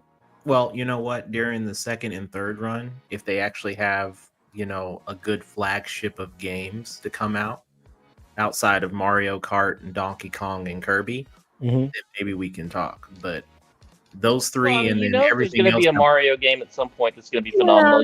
There's going to be a Zelda game that's going to be phenomenal. I mean, like, these are all givens. I don't see what the skepticism's about. Never mind the fact that Metroid is about to drop, and when that hits, I mean, obviously the best place to play it, if you're playing on native hardware, is going to be the Switch 2. If you're in emulator land, I mean, obviously, PC. But at the same time, I think that it's got enough horsepower to be able to deliver, a stable frame rate and good resolution. All those types of things. I've seen the specs on it now. I've actually decided to go back and look at the specs on the visuals and all that, which looks great. I mean, don't get me wrong. It's just I don't have enough justification right now. Just me personally. For me, for sure. I need to go wait in the midnight, line release and go buy it, or I need to go and pre-order it. I just don't have that justification right now. Yeah, I would cry if they released a Pokemon one. Have a regular Switch, knowing damn well I don't feel like spending that kind of money to buy a Pokemon one and a regular Switch. That's where you go trade the other one in. Would they do that? They wouldn't do that right now. No. It took a while for the original, like, correct. It took a while for Switch 1, I think, right? Yeah, it was a hot minute before they released the. That was like the last 2 years. I got the Pokemon one. But speaking of Pokemon too, Pokemon Legends Z and A, they finally received a release date, and the release date is October 16th, 2025. And they also released the prices. So the prices in the UK are like $49 and $50. So here that's probably what $70, $80. $80. $80. Yeah, it's gonna be that here. There we go. $80 Pokemon games. Y'all saw it, people. Like, hey, Oh boy. Look what But- they're paying for the cards. So Yes. it's all be on the card and stuff too. And then I think they got the box art, which this box art right here is like it looks good. I like that. Okay, listen, Nintendo Switch. Wait, click 2 on the whole right? thing. I can't see the bottom. What's on the bottom? I see a banner down there. Click on that. No, I just got half. It's cut off. I see it though. I see the little black box. They ruined it. Yeah, I know they got a little ruined it. thing right I there. know, man. They What- messed it up, bro. Whatever. It's whatever. Nitpick. But continue what you were saying, Steve. No, I get it because like the Nintendo Switch 2 box art, I hated myself. You know, I don't like that. Like I said, I always go back to Neo Geo because it has the center block and then it has the art right in the middle. Mhm. But Neo Geo stuff is much cleaner. But this is just like has all that words and stuff. You know, just I was like, can't you people read? I was like, I feel a little offended. That's how I'm coming across. I'm like, whoa, okay. Mine is there. Yeah, like, I got a picture. I'm gonna bring it up in just a moment and stuff. The only thing they really improved on, I think, is the spine. The spines. Yeah. That's Yeah. One was like a sea of red, and it's so hard on the eyes, especially if you've got like multiple shelves filled with Mhm. Switch games. That's why all those games, the spines are all custom. So right here it's a blurry, but you can see right here. We got which if they do it right, they just take this writing at the bottom, but just I don't like that. But I still do like I like both of them. You know, it just I like the Do you think red that's- case Yes, better. I like Do you think red that's because it's a prototype, maybe, or maybe that's a Maybe. European release? no. That's It's like, how the pieces are. That's Yeah, how the because pieces are. like there For all were of them? Okay. there were leaked screenshots of games that have that. All of them have, well, not all of them. The ones that have that type of label on the front, they all have that. Unfortunately, Interesting. unfortunately, It just kind like of Metroid Prime 2, I mean Prime 4, that has it. Unfortunately, that's a beautiful cover, but the Switch 2 cover is like, sorry, I'm getting the Switch 1 version just because it looks like that. No, sir, no, thank you. And I'm doing the upgrade. Maybe they're doing that on purpose to force you to buy digital. They say all you physical collectors, we're gonna make your boxes ugly So as hell. ugly, So you we're gonna don't go all want it. digital. wow, that could be something, you know. That really could be something. Like I don't like why should we get that? Like and the Metroid one is worse too. It's like I just might as well go ahead and get like the Switch 1 version. That's what and I'm then get doing. the upgrade, And you know. Yeah, I that's- think the Metro Like one. here it is, a better cleaner picture of it. Yeah, With why the do red that? cake Why not and put it on the see-through. back? Yeah, So- I'm wondering about that too. So if you have a digital copy of the game, don't you end up just like it'll give you the option? Would you like to upgrade to the Switch 2 version for $29.99? Maybe. Ouch. I don't think 29. Wait, well, I don't know that. I Well, can't say maybe I'm 29. being a little bit of an ass, to be A honest, little but you know what facetious. I I mean. get it. Yeah, It yeah. might happen one day. We never know. You just never I mean, what? I think the Zelda ones are $10, or $19. What is $10 to $20? I think it's $20 for the Zelda and the Kirby one that had the extra DLC added onto it, if I'm not mistaken. I mean, just like I was talking about a couple podcasts ago, $80 games for first party Nintendo games here in America is crazy. Ting, jump in like real quick. How much of the Switch games there in your home country? Because we got Saturn, so Saturn, she's in Canada, so she's paying For soul, out the she's paying woozall for it. almost So, $100. Almost Yeah. $100. Maybe a I'm little more. not sure for like the Switch 2 games when there is a like Southeast Asia when it launches, but previously for Switch 1 games, I think that's relatively the same price. mm, Yeah, it's about like $40 to $60, I guess, for like bigger titles. Yeah. you can't get around it. Hey, it's a new standard, y'all. Hey, all first part. I kind of said that all first party Switch games are going to be $70 to $80. I mean, That's just Nintendo. Xbox said it too. They said this fall, this holiday season, they going $80 too. So yeah, you get your pockets ready, people, because Why? Is Yeah, digital well, I mean, cheaper than physical, or is that all just $80? no, like because the press release they put out when they announced that the Xbox Series consoles was going up, they said in addition to that, all their first party games from that point on will also go $80. So I'm assuming anything from like what's come out this year. Well, of course, the next Fable that's next year, that's gonna be 80. Gears of War E-Day, that's gonna be 80. So anything first party from them going forward, if it's AAA, it's gonna be $80. It's not a lot. What do you guys think about the Dusk Bloods? Oh, Oh, yeah. that I mean, game does look really cool. Saturn? Get Saturn. Saturn, you muted. You know shit. Yes, you know this is her game. Talk to him, I Saturn. cannot wait to play that game. I mean, like the graphics are not the greatest, honestly. It really looks like early. Not even. I wouldn't even say Switch 1. It's like Don't say. it's like Wii U graphics. Okay, it's not the greatest, Oh, God. but it is a console exclusive, so I'm pretty excited about that. Hopefully, the story is as good as the trailer made it seem. So Yeah, it does look Yeah. early PS3. yeah, the graphics are terrible. I was trying to be nice about it. It looks bad. Well, From Software, what they lack in graphical fidelity, they make it with art style. So I do like just the presentation of the game because it's the closest thing we're probably going to get to a Bloodborne 2. So I take whatever I can get. It's like it's From Software. They always have like really good graphics, so I'm confused. I mean, you have to have something pretty to look at while you're getting your ass kicked repetitively by the same right? boss. And now I'm looking at pixels. Like, I'm looking at like polygons. Sorry, not pixels. I'm looking at like straight up polygons, and I don't like it. I don't like to be able to determine how many polygons is in this character. And it's not stylized either. So that's another.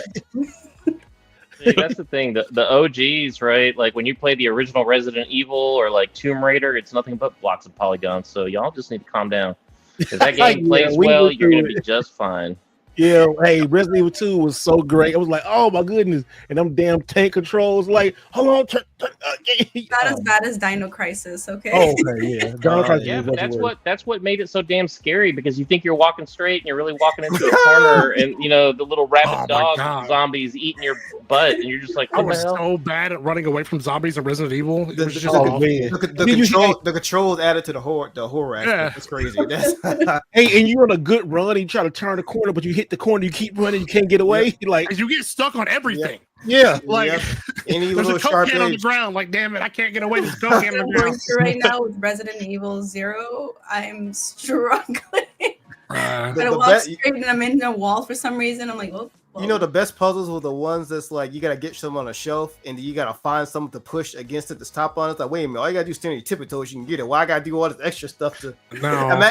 imagine me having to get something on top of my refrigerator? It's oh man, it's too high. Let me go get a box from the garage to solve this puzzle. Yes. Like, oh boy, here we go. And everybody Hold who's on a joining second. us, I'm watching the trailer for Dusk Bloods. It didn't look bad. Gamer, hold on just a minute.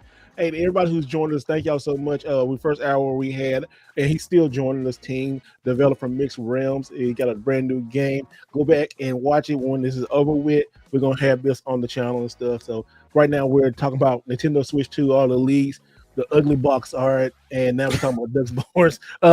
What about Gamer? You said what? Alex is talking shit right now. The He's saying Dusk it's not Bloods that bad. trailer right now from the Nintendo Direct. I don't see where it's that bad graphically. Well, you know she's an artist, so she gonna nitpick it. No, Man. it's just like, and I'm expecting like next gen. Come on now. Okay, but see, that's where you're having an It's issue Nintendo, because you bro, should like- never have expected next gen from the Switch. Nintendo. I mean, come on now. They're the lowest common denominator. Nintendo. Well, all you gotta expect The, is like, maybe- like we just got voice chat without a phone, so like, Yep. I don't need, Oh. like, like, calm down. Yeah, We let don't me do that here. let me Streaming on chime in. the group chat is like 480p if you're lucky. Yeah, so bro. it's like, come on now. And the fact that I had to go into Discord on my phone just to play Mario Golf with Zelda, the times that we were playing on the Top of you getting this work Oh is what you meant to say. Oh, the online voice, like Yeah, the 'cause There's no friend voice chat, chat on the yeah. Switch. That's Yeah. right, it's the friend. Yeah. Okay, yeah, that's right. Yeah. I never used it, so I So- forgot. Yes, I'm looking at it right now. I'm looking at the trailer too. I'm like, I don't. This looks Yeah, good but for a nobody's ever Switch. been in a toxic lobby on the Switch. Let's be honest. Oh no. Oh, my God. Can you imagine toxic No, lobbies I'm on the Switch? They're gonna block you so I'm fast. on so that shit. scared for voice chat on Mario Kart. Like, some childhoods are gonna be, some kids are gonna get scarred for life. It's gonna So be these- crazy. Oh, for sure. These Nothing old but salty adult. dudes get in there.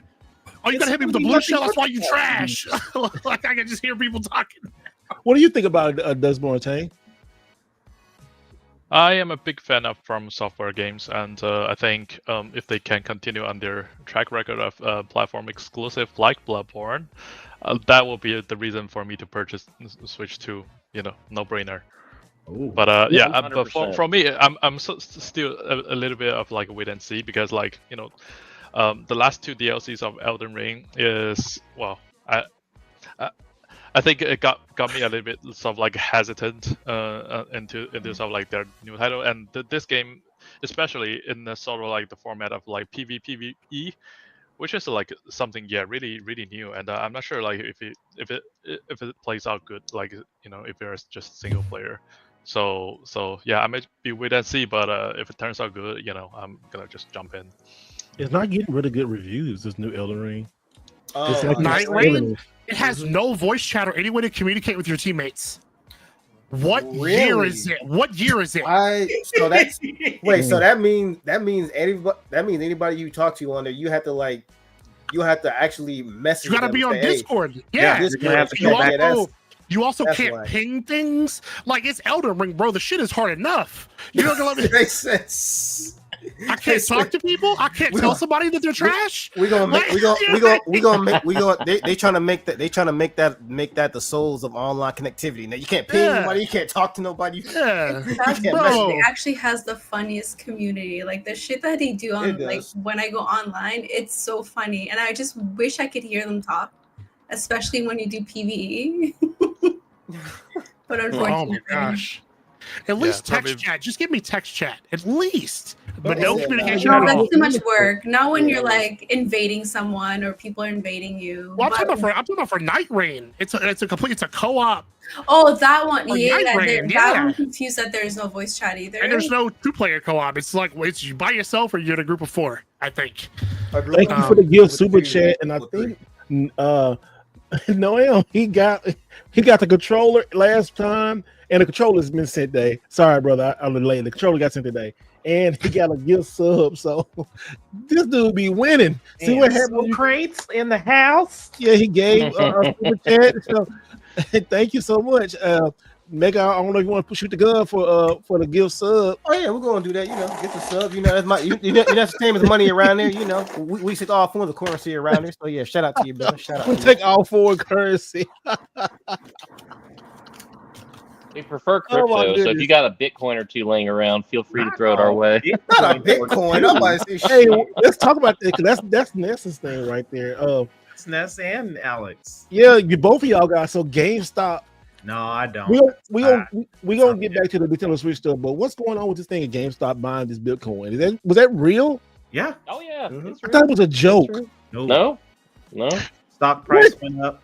Everything. Yep. I mean, it's like I feel like Bugs Bunny from back in 1953. You know what I'm saying? It's like that's an oddly specific reference, sir. You mean the one you mean the one he's sitting at the table the mafia boss? Hey, me boss, yeah. You talking about that? And this dude got the reference apparently. All right, well, shit. Yep, 100%. There you go. See, he knows what's up. No, but it's funny because it's like so. The CEO, the current CEO of GameStop, is a character to say the least, right? Mr. Cohen, Brian Cohen, right? So he made a big push because what they ended up doing, it's like he leveraged and took advantage of the overinflated stock price and basically collected a whole bunch of cash. Like we're talking billions of dollars. Billions. And then from that, he was like, well, I'm going to go ahead and buy a whole bunch of Bitcoin. So this is the second round of them buying Bitcoin. And I've been joking in our little investment group that they're going to turn GameStop into a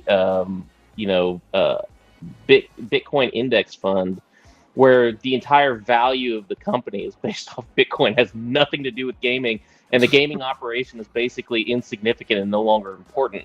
And honestly, I feel like that's the vibe that we're getting now. It's kind of like, bro, it's like they're going to be so cash flush because here's the thing, right? They're saying Bitcoin's $100,000 to $115,000 currently, but at some point it's going to be each coin will be worth like $200-300 million. Well, if you're sitting on let's say 10,000 Bitcoin right now, and it really gets to that point, now you're a multi-trillion-dollar company basically, and you didn't have to do anything. You didn't have to go and do R&D and make hardware and become the king of AI or have the operating system that everybody on Earth uses or anything like that. And so from a strategic standpoint where it's like, hey, I want a low stress deal, that's what they're doing. He's like, bro, I'm gambling on the value of Bitcoin becoming an exponential number. So I look at it as, well, hell yeah. It's like, because effectively now I'm buying into Bitcoin using my GameStop stock. And I'm absolutely, on cloud nine. I'm like, hell yeah, just bring it. Keep buying more. He's Cloud9. I know, right? This is like, man, I ain't looking at that shit ever again. Man, I'm a whole lot of just, I'm frustrated. That is a low lot of I'm frustrated. But see, my now, Ness, GameStop stock confess stuff a long time and ago. tell the truth about me on this. It's like I said, the long play is GameStop. Buy it and hold it. Don't sell it. Didn't I say that to everybody? I know you did. You said it multiple times, and I was in and out, moving money around in the market, and I decided to sell. I had GameStop at like $18. I bought it at $18, $12. I had it when it was $8. So like when it did absolutely nothing up until a week ago, when it shot up to $35. So it went from that would have been a significant increase in I mean, for Alex, I mean he's sitting Gucci right now, so he's good. But for me, I'm like, that's rather unfortunate. But they're taking a hit right now in the stock price. They are. It's fluctuating. That's people shorting it. That there's some very well.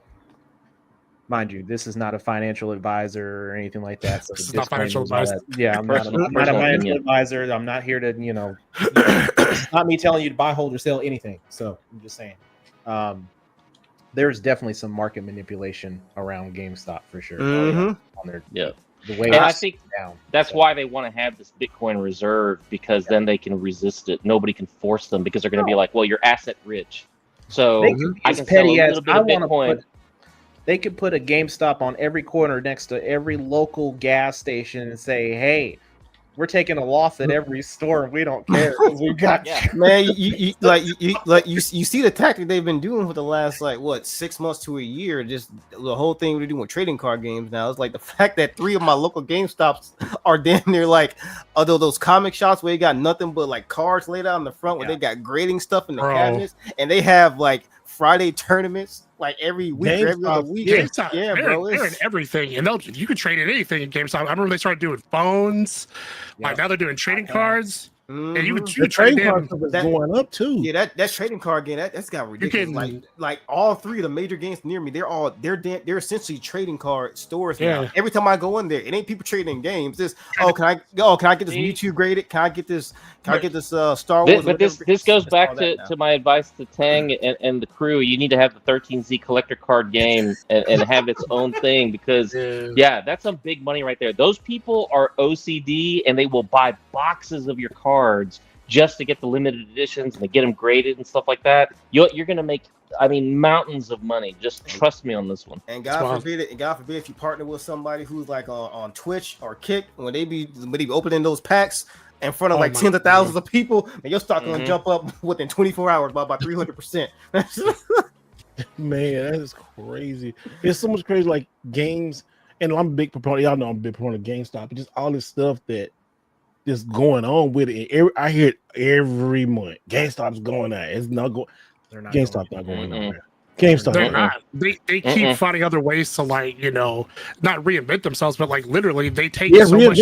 They take so much stuff and trade now, right? They take phones and all kinds of tech.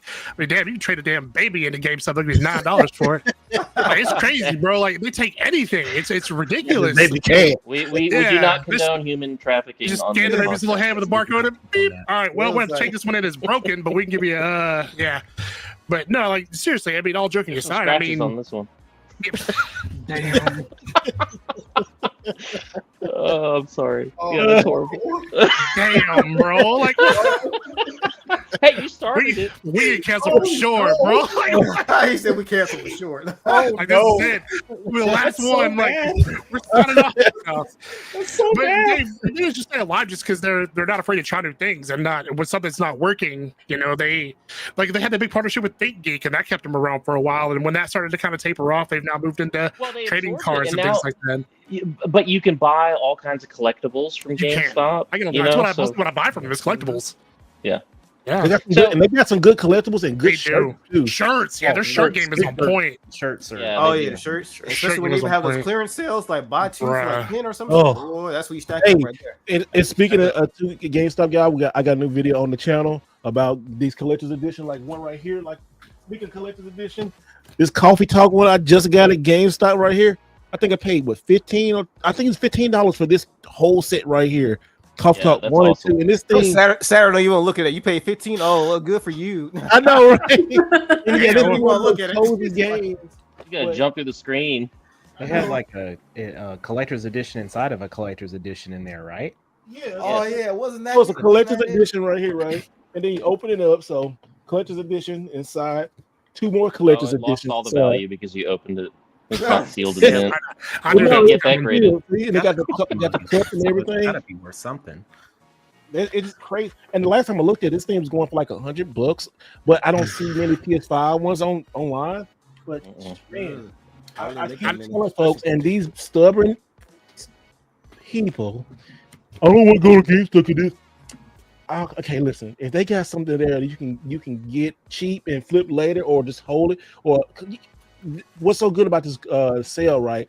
$15 and $30 games that were like $59, they were like $50-$60, or collector's edition that were like close to like $100 maybe, and you get them super cheap. Why would you turn that down? That's just like, Yeah, that's but silly. you have to have the hustler mentality to realize, because I mean, think about it, right? Like you and I back in the day, we used to go buy low, sell high. That's what we did, and it's like if there's a specific piece of hardware that you want, you would go find out, okay, where's the best, exchange rate on this particular game or whatever, and it's like you would go trade it in there, and then you would take credit and roll it into another game. You just gotta drive. Get out there and find it. The whole but people don't have that motivation, driving. bro. Well, yeah, people want stuff given to them. It's you Tang, gotta get out there.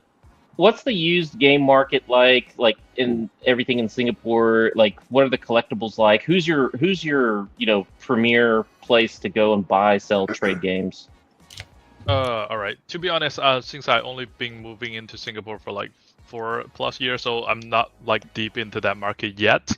But I can tell you, from my home country, like China, or for the place I used to live in, Hong Kong.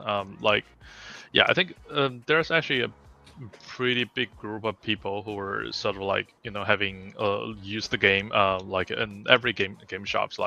I used to do this myself as well, because my favorite after work travel will be going to a game shop and look at all those used game, and they will be selling I don't know, at $10-$12 or something even cheaper, and sometimes if I got the game I really like, I'll just go for it. So I think I got ICO and the Wanda and the Shadow of Colossus for PS2 back then, that way, and I was that was super values, and I used to trade in the games I bought and I didn't like in that way as well.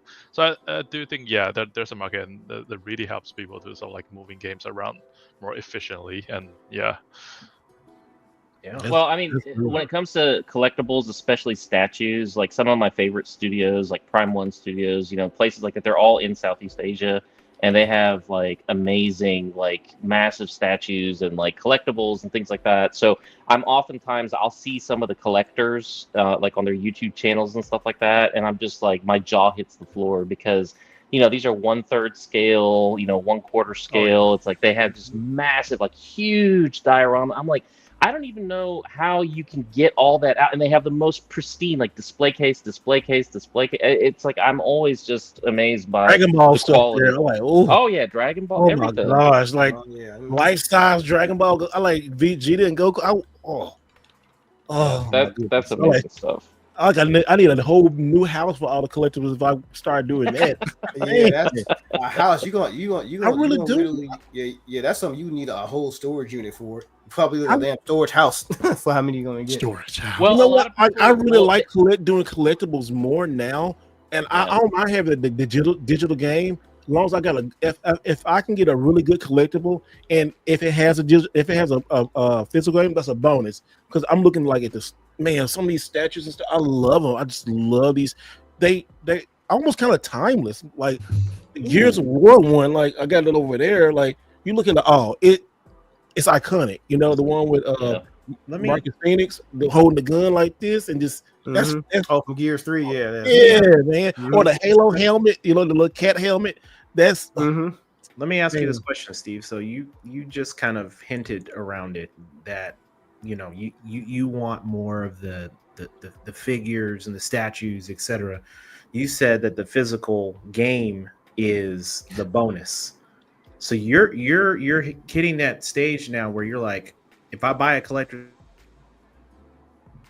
Oh, cut out for a second. He kind of cut. He cut out. is that where I'm? Okay, You just yeah, cut out. repeat Repeat that last Wow, sentence. boss. Yeah, repeat that last Yeah. one. Damn, I was cooking with that. I was on a roll with that Yeah, question. you was. He was on GameStop censored you. I was saying the that same thing, Alex.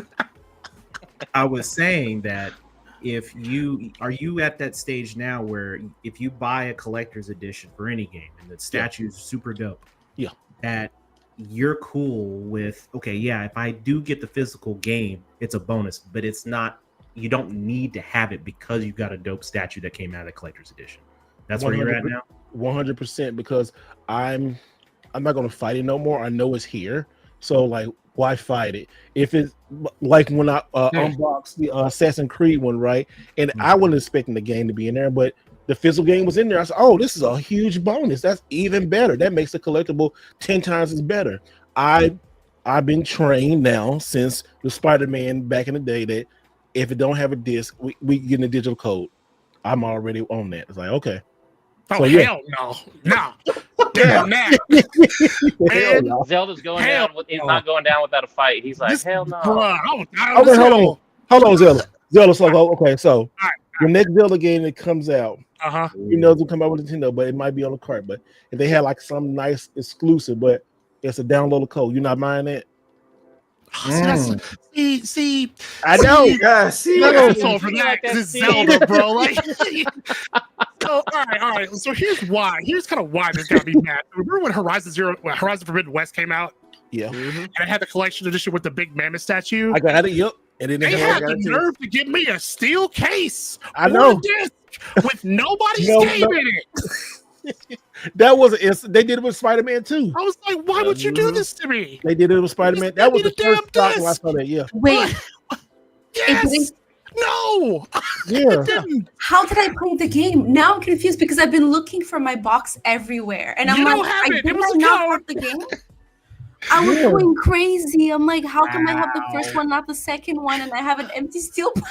Whole case about it is a buddy of mine was like, bro, like, I want to buy this other game, but I want to play Horizon, and I'm too broke to buy both. When you get done with yours, can I borrow it? I was like, I got you, bro. And then I got it. It was a code. There was It no was disc. literally when you buy it, you literally open it up and it's a holder for 2 discs, but there's no disc and there's a damn code in here. This is what you get. It is no So game. I played it with the code. Oh Yes, my god! you Yo, might my as well memory get a was so picture. bad. I spent like after Yeah. meeting, I was like, "Where is my game? Did I lose my game? Exactly. I did not let people borrow it." He's like, man, somebody stole it. I knew it. Like When they open that, there must have been a picture of somebody from Guerrilla Games just going, no I disc lost for you, the sir. code. That's the worst Let's go. part.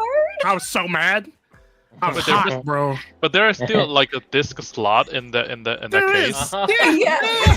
yeah, Oh, God. To add insult to there's injury. literally a Yes. disc. There's 2 disc holders in it. Yeah, And they're there's basically no saying, game. wouldn't it be great if you had like a disc to go in here? That'd be amazing, right? It's Well, like, too oh bad. my god, like See, what's like, gonna go in okay. this thing? So Shadows did the same thing, right? So when you got Shadows, right, it has the same thing, but they were smart enough to go ahead and give you the disc, right? And you could tell because look on the back, it says, not for resale, not for resale. Cyberpunk did the And, same and thing. another one, like the Fate of Fury, the box set. Now they had the game with it, but it's like a deluxe edition. But what That was had cool the about soundtrack. that, they had the soundtrack and stuff. So I mean, Yeah. it's hit or miss with different companies. It's just like it's not one size fit all through the industry. It's just like you would think Sony with Horizon and Spider-Man that you would get a disc. God of And War that, didn't that, have a disc that one either, broke did me it? right there. Horizon Yeah, broke disc me either. because when I didn't get it, I said, you know what? I wonder. I had sold it like a month later because I was just so mad about that. But then this would get you. The statue was so freaking amazing that Yeah. the That's just statue so increased fire, in bro. price. Yeah. Such But a now- fire. I don't know if y'all saw the Sony sale. That same mammoth statue is on sale for like $75. What, the second one? The one that I paid an arm and a leg for? Yeah. Yeah. There's Yeah. also another version of that. edition that instead of coming with the little figure of Aloy, it comes with a replica Focus. I didn't know that. I didn't know that edition existed. Or I would have got that. Well, Yeah, see, it's I got I still wouldn't have got a damn. that's but kind of like was what this one right Expedition here. 33. Expedition 33 is the same way. So Well, no, the one that I got has a little tiny Aloy. But if you don't know, Yeah, it's a small. The small Aloy came with that too. but damn, where the hell did you? Oh, where'd you get that? This is Horizon, the first one. That's the first one. Yeah, Gotcha. that's the first he's one. got the cool one. I only have like the baby Eloy. No, this is the first one. I told you I love my That's collector's the baby edition. one from the But if you get the other edition had a replica Focus, it was dope instead of that. And I It's didn't still know a about different that. stop Solved with my the attic. mystery. I was like so sad that somebody snagged my game, but I was like, who would have? I didn't invite nobody in my Then if you try to sell the collection edition to maintenance somebody, guy like stole it from me. I was so mad. and if you try to sell it to somebody, you'd be like, "Hey, I got to this," and you give them that, they're gonna be like, "Where's my damn game? You know what I mean? You sold me a lemon. You cleared the game with it." And I'd be like, "Hey, bro, that's gonna be an awkward way to sell it. It was like, yeah, I got this collection edition, but it came with no disc. Where's No, the game? I gotta find the I downloaded it, bro. Like, what you mean you downloaded it? It's gone. So what I'm hearing is there's justifications based off of the particular game, right? No, So- hell no." Oh well, Zelda. We'll go Hell back no. to it for Zelda. So let's say Listen. it's Zelda Breath of Tears of the Nightwing. Breath of the new title that comes out. I don't know. Go I'm on. just making it up. But they just give you a code. They got some dope Zelda and the Master Sword and a shield in there, and it looks really cool. You're telling me you're not going to buy it because it doesn't have a Switch?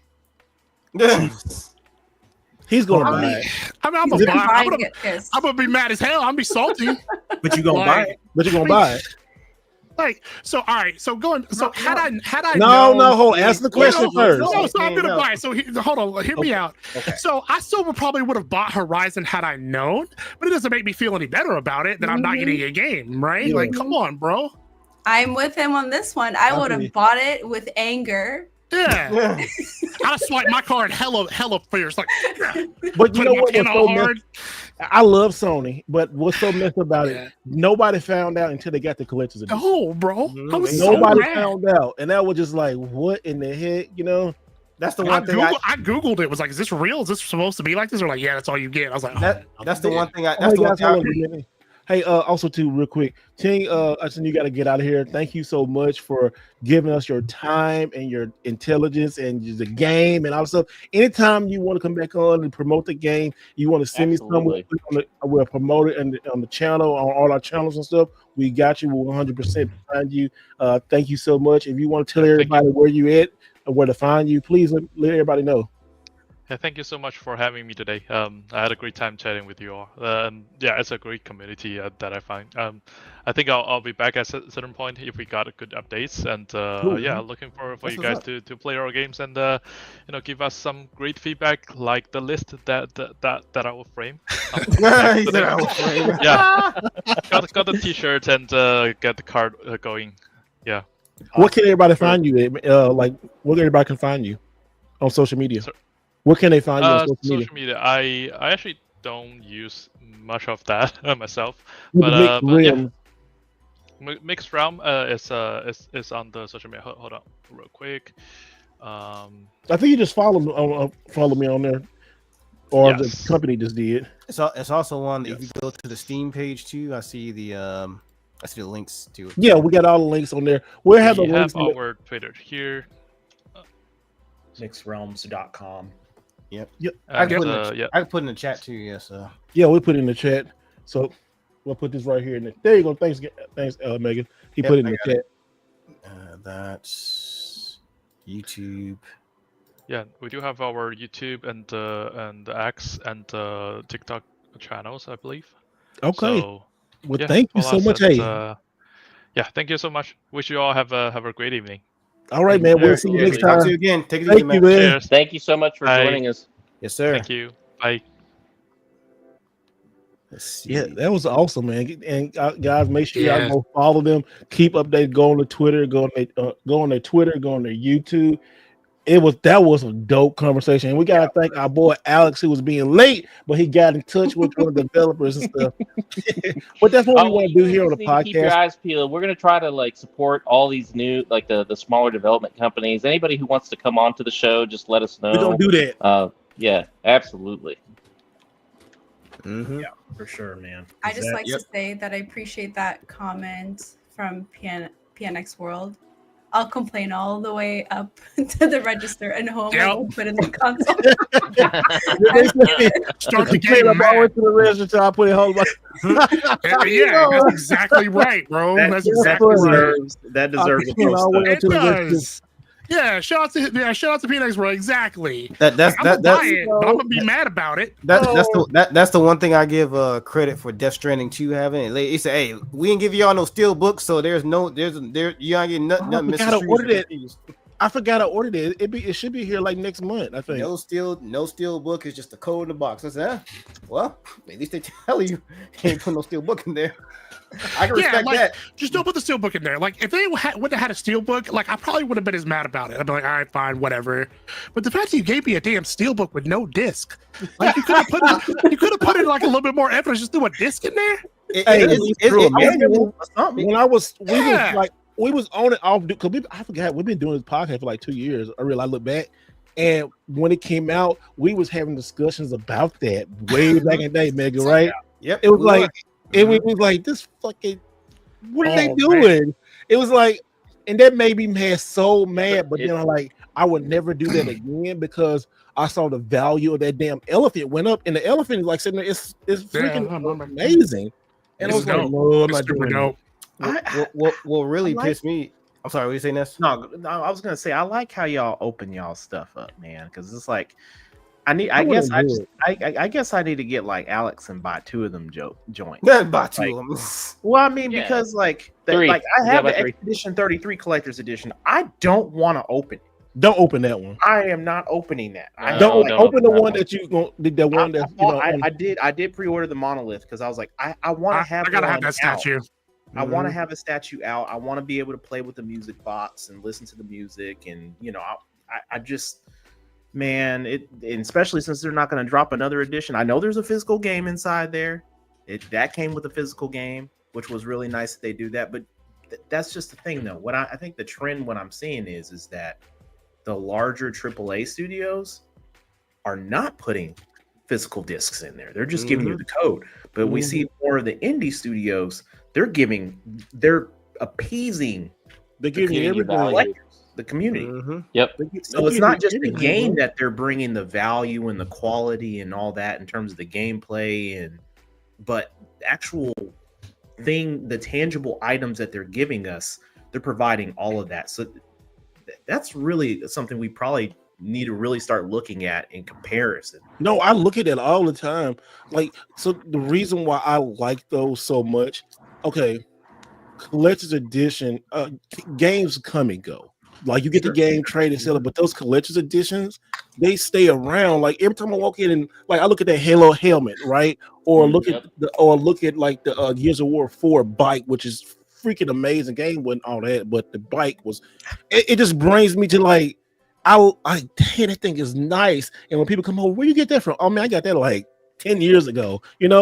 Stayed in my collection, and just things I like those physical representations of the games that I love, or even if the game is bad. And while I open it up, I said, you know what? I want to enjoy my shit. I want to put it up. I want to put it in some glass. I want to put it on the table. I want to look at it. I want it to, because that adds ambiance to my game room. Those collectibles are my game room. Like, because it tells another story. I love it. Look at everybody's backdrop currently, except for mine. And mine.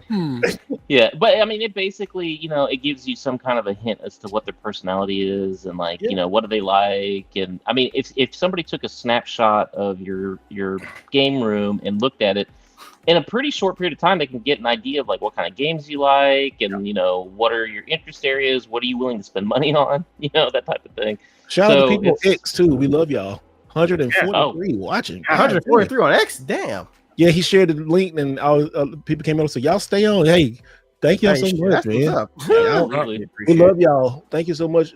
This is how we are every week. We're a podcast about video games and life, and y'all guys are just amazing. Thank y'all. Y'all, it's almost 200 people. It was like it's great. So we love y'all. Thank y'all. Keep us open and stuff like that. We love you. But go ahead, somebody else. Go ahead, Yeah, somebody but else. Go ahead. Go ahead. Okay, No, I was gonna say. Okay, so the collector's editions for Switch are not the same as PlayStation or Xbox or anything like that, right? So I get it. It's a smaller item and on all that, but let's say that there's some flagship game or whatever, and they drop some super dope collector's edition. What's the justification there? Because I mean, I guess you could say it's the same, but it's really not. Because I mean, I've had a bunch of collector's editions for Switch, and it's not the same. Yeah, as a PlayStation or something else. They're not quite as elaborate, right? You don't often get those big statues. Like, I was really hoping that we would see some cool statues for stuff like Xenoblade Chronicles Definitive Edition or Metroid Dread, right? Yeah. Outside of like special amiibos, they don't oftentimes really do that, right? Some of the best Switch collection editions are actually from limited run. Yeah, they actually do some amazing. All the best collector's editions for Switch have been from limited run. I got two of them up here on my shelf. Yeah. So this is my latest Switch one. I mean, right here, Jack and Jean that I got at GameStop. I think this was 15 or 30. I can't remember, but if you look on the back, I think it was 15 or 30. But that's what you get. Yeah, but that's the thing. That's the thing though. Like, because a vast majority of the Nintendo branded ones are usually ones that look like that. It's usually that type of box. It's like the rectangle or square upward box. I got them. Yeah, right above me, like the Metroid and this right here, stuff like that. Ooh, upside down. They don't look at anything like that. They don't look at anything like that. So I think the video might go live tomorrow, but this is a tainted grail right here. You can see how big this thing is. Pause. Pause. Thing's huge. Pause. You know that collected edition. Takes two hands to hold it. Pause. No. But look what they did though. Like they put artwork around how girthy it is. Pause. It wraps all the way around. Yeah. Oh, idiot. Oh goodness. You know the thing that I don't understand. And also, anybody in the chat, especially, I want to see somebody on X. If somebody's on X, let me know. Definitely put it in the chat. What kind of collector's edition you got? Type it in. Let me know. But here's something I don't understand on that, like the Tainted Grail. They still have, like, if you go to the GameFound website where they have the collector's edition listed, they still have like 1,500 available, but you can't buy them. It's like it won't let you. So can you reach out to your contact over there? Because I'd actually like to purchase a copy of one, if at all possible. I will. I'll email tonight. Just send me some send me some, and I definitely will. So yeah, I will. I'll send you a text. Please do. Yeah. Let me ask y'all this. What is your favorite collector's edition of all time? Of all the collector's editions you bought? Alex, you may have to think for a minute, bro, because you got mad collector's editions. But as soon as you said that, I started... well, man, so let me get back to you next week. But no, like, but of all, like, I don't have a ton, but I know which one is my favorite. Like, what is your favorite collector's edition? If you had to sell all your collector's editions tomorrow, you'd keep that one. For me personally, well, I have two. The Titanfall 2 collector's edition. Ooh, I need to get that one again. That's a good one. I mean, that's my favorite. That's my favorite competitive first-person shooter of all time. At one point, it was Battlefield, but that eclipsed it. The second one, I don't have it now. I don't have it right here, but it's in the attic. My Black Ops 3 Juggernaut mini fridge, the one that you open up and it has like the different sound effects that from the game, where you get like the gumballs and stuff. That's my second favorite. Those are good. That's good, man. Those are solid. And then my third, my Armored Core Collection Edition, the one that came with the mech in the big ass garage. That's third. So those three easily for me. Oh my god, this is so hard. And you know what? I'll tell you what. I'll get it. Let me get it for you. I'll tell you what. So while he's doing that, I'll go. So man, I don't have that many anymore. But like my Halo 3 Master Chief collection, I mean, I've had that since college. That survived every single trade and sell and buy and all that. Like that's one of my original collector's edition that I've had for that long. So that one stays. My God of War Ragnarok Zelda that you got me for my birthday. Oh yeah, that stays. And then what's my third one, man? I have one more. Probably my Halo Reach. The one I picked up at Palooza, that's another one. The one with all the 4 Spartan statues. With Noble Team. Yeah, with Noble Team. Yeah, bro, that's a good one, right way. Is that from Rebirth or Remake? That's from Rebirth. That's from Rebirth. This is Rebirth one. Do you have Cloud also from Remake? I need to get Cloud. Yeah, I have both of them. I like this one and the elephant. I wanted the one from Final Fantasy 16, the one with Bahamut's fighting. I don't know if you got, but that shit was like, what's like almost $400 or some shit like it that. Was, yeah. It was but really it's a expensive. good collection edition though. It comes with a copy of the game and a steelbook with the actual game. It comes with 2 steelbooks, a copy of the game, this really amazing pin set, and that statue's pretty dope. I have a statue. Did they even still got that up? Let me take a look real quick. I have that statue. I always show this one, but like I said, this one is my favorite. Not favorite, but one of my favorite ones. The Gears of War one. Oh, that's dope. Yeah. I still look. That is such a cool ass collectible, yo. That is dope. Oh yes, when I said Tekken 6 with the arcade fight stick, yeah, that's a good one also. Oh yeah, they did have a. Oh yeah, that was a good one. Yeah, this is the statue for Final Fantasy 16. The Ifrit. Oh, Ifrit Phoenix. I could have sworn this. Maybe that's nice. I could have sworn. It's Ifrit and Phoenix. I could have sworn the statue a little bigger than that, but okay, I don't feel as bad. I mean, it's you know. I don't feel as bad. Never mind. It's not, you know, but the other collectibles in it are pretty cool. Like the pin set and all that are pretty cool as well. It was the camera angle that made it look bigger. Oh. Okay. Oh, I'm looking at my. I guess I can use my other camera real quick to show y'all the ones up here. Let me change the camera. The ones up top. Yeah. Yeah, the one. Let me change my camera real quick on this one because I don't want to take it down and I don't want to break it. But are y'all a fan of like usable collector's editions, like stuff that you could actually use on a day to day? Oh yeah, like my Black Ops 3 Juggernaut mini fridge. I put stuff in there, so I rocked the Starfield watch for a little bit. Yeah, I did too. I rocked that Starfield watch for a bit. Yep. I think my favorite the Fallout 4 Pip-Boy. I use my Zelda edition. I got that one. It's one of my favorite, and then Cyberpunk actually. As bad as the game was on launch, that collector's edition was fire. Yeah. I want that, but I can't. It's like $300-$400 now. I went all out on Cyberpunk. I got the statue, the console. I got multiples of that console. That was still one of the coolest Xbox One X consoles ever made. I had 2 of them. I was planning on keeping one and selling one, but then when that game came, I said, "Ugh, let me drop this stock as fast as possible because I don't want this shit." I was so so it's gone hyped. up now. Oh yeah, now of course. Like the last 2 years or so, but back then I said, "Nah, I can justify me having this." My brother-in-law found one sealed for $160 at a random shop in Oklahoma City. What? People were like, why don't you ever sell your games? Why don't you ever sell your stuff? I'm like, because I know down the line, all this stuff over time just gains value. Like, you know, you were asking about which specific one. I probably would not let go my my post-pandemic edition of The Last of Us. That's a solid one, bro. Not even one of them, Alex. You got like 4 of them. Then. Not even one of them.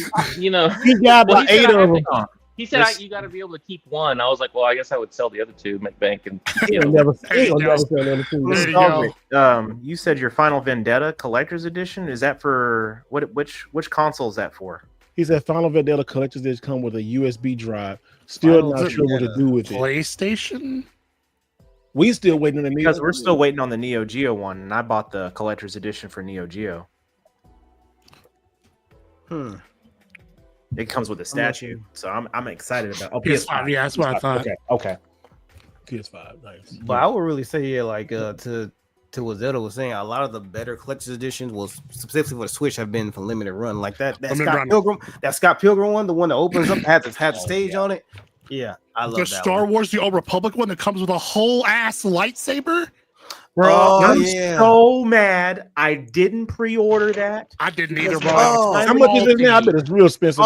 Ness, you remember when I sent that link to the limited runs to pre-order for Persona? What was it, 3 or 4? They had like the Yes. plastic. Saturday over here guns. just chilling. I said, we was mad as hell. I was like, why do y'all Oh do this my shit? god, bro. Because they went just like that. But Limited that was- run. wait, that Star Wars was for Jedi Survivor, right? Mm-hmm. For the limited run one, it was for Knights of the Old Republic 2. They had a Knights of the Old Republic 2 and a Jedi Survivor one. Because I remember one No, was you're for Cal talking. It was Kestis the most lightsaber. recent one that Hold came on. out. That was for Cal Kestis. Hold on, Yes. hold on. Limited run, Star Wars. Because I remember. Because We're all doing the same thing. That's hilarious. Yep. Somebody said, "Will you be at the SoCal?" I will not be at SoCal Expo next week. I got too much shit next week. I'll be at Summer Games Fest. It's a saying going on. I didn't get invited to that, but I did get invited to Summer Games Fest. So definitely bringing some stuff different to the channel. Meeting with developers, playing some games. I probably gonna sign a lot of NDAs. So I don't know what I can tell y'all what I'll be doing, but definitely gonna be there. Trying to get some good interviews and stuff. I got some stuff set up, so we'll see. Yeah, it has a like. I put in the private chat and listen to this. That's just $1,000 now. Shit. Yeah, because it had like a whole Pazak deck, a replica lightsaber hilt. Like, Yeah, this was the registration Cal went Kestis hard. lightsaber. Yeah. Yep. I mean, that's how much Knights of the Old Republic Expedition 33 was, Hold on, right? Hold on, This was the hold Jedi on. Survivor. I'm talking about this right here. I'll put it in the chat. Hey, Ness, that's how much Expedition 33 was, right? What are you talking about? Y'all still on this man about Expedition 33. Chat. Why are you worried about how much you spent on that Expedition 33? Thank you. I'm trying to make it best. We're talking about like it's $9.99. Like, how much was Expedition? How much it costs? I got it. Limited Run also did this. All right, Rich man, you got it. It's like rolling The in with VHS GTR. How much you pay for that, man? If you don't know how much a GTR costs, come on now. Wait, Yeah, that's the PC one. Yeah, that's a piece. We saw Yeah, those. they- We they saw had those a- Oklahoma, didn't we? What was that PC day? They had a Limited Swedish Run. version. This one the same I was one. looking at. Okay.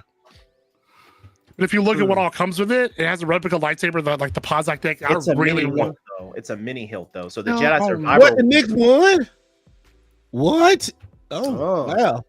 I know a certain YouTuber's happy, but continue. I know. What? You know, I knew it. I I knew do- it. It's they gonna know go he to go the crazy. wire. It's gonna go to Game 7. Yep. What think is it that? was- Is Game 7, right? That was No. that 6? That was 6, wasn't it? Right. No, So this they're Game going to Game 5. 7. Oh, that's Game 5. You're right. My bad. Oh yeah, it was Game. I thought 5. this was Game 6.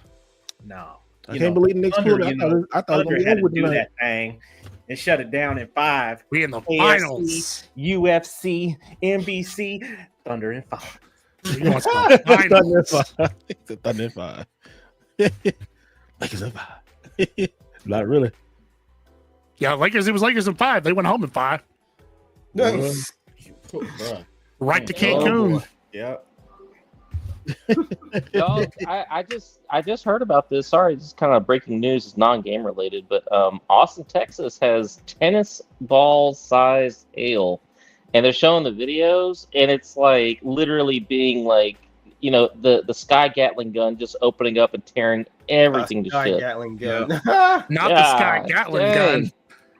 Bro, the Dude, storms we've been have a having little some weird weather here crazy, like bro. last week. Bro. It has been odd, man. Like I had Oh, the it's power- coming, dude. I'm paused, but it'll be here in the morning.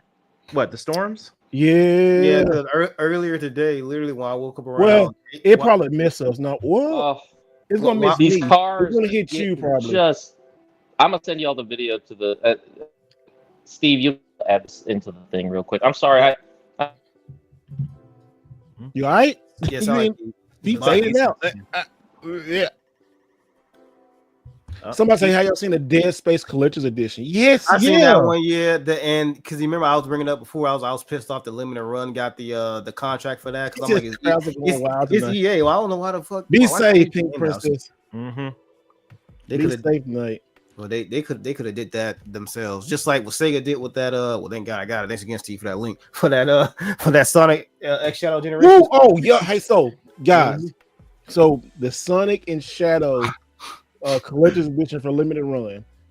They was doing this whole thing with Sega, and they ended kind of not really ended, but the big highlight was Sonic and Shadow, Sonic the Hedgehog, Sonic and Shadow Generations but they had Sonic and Shadow standing on Dreamcast doing back to back. That thing is clean, and they sold out the first run, and then they put a limited number up on Amazon.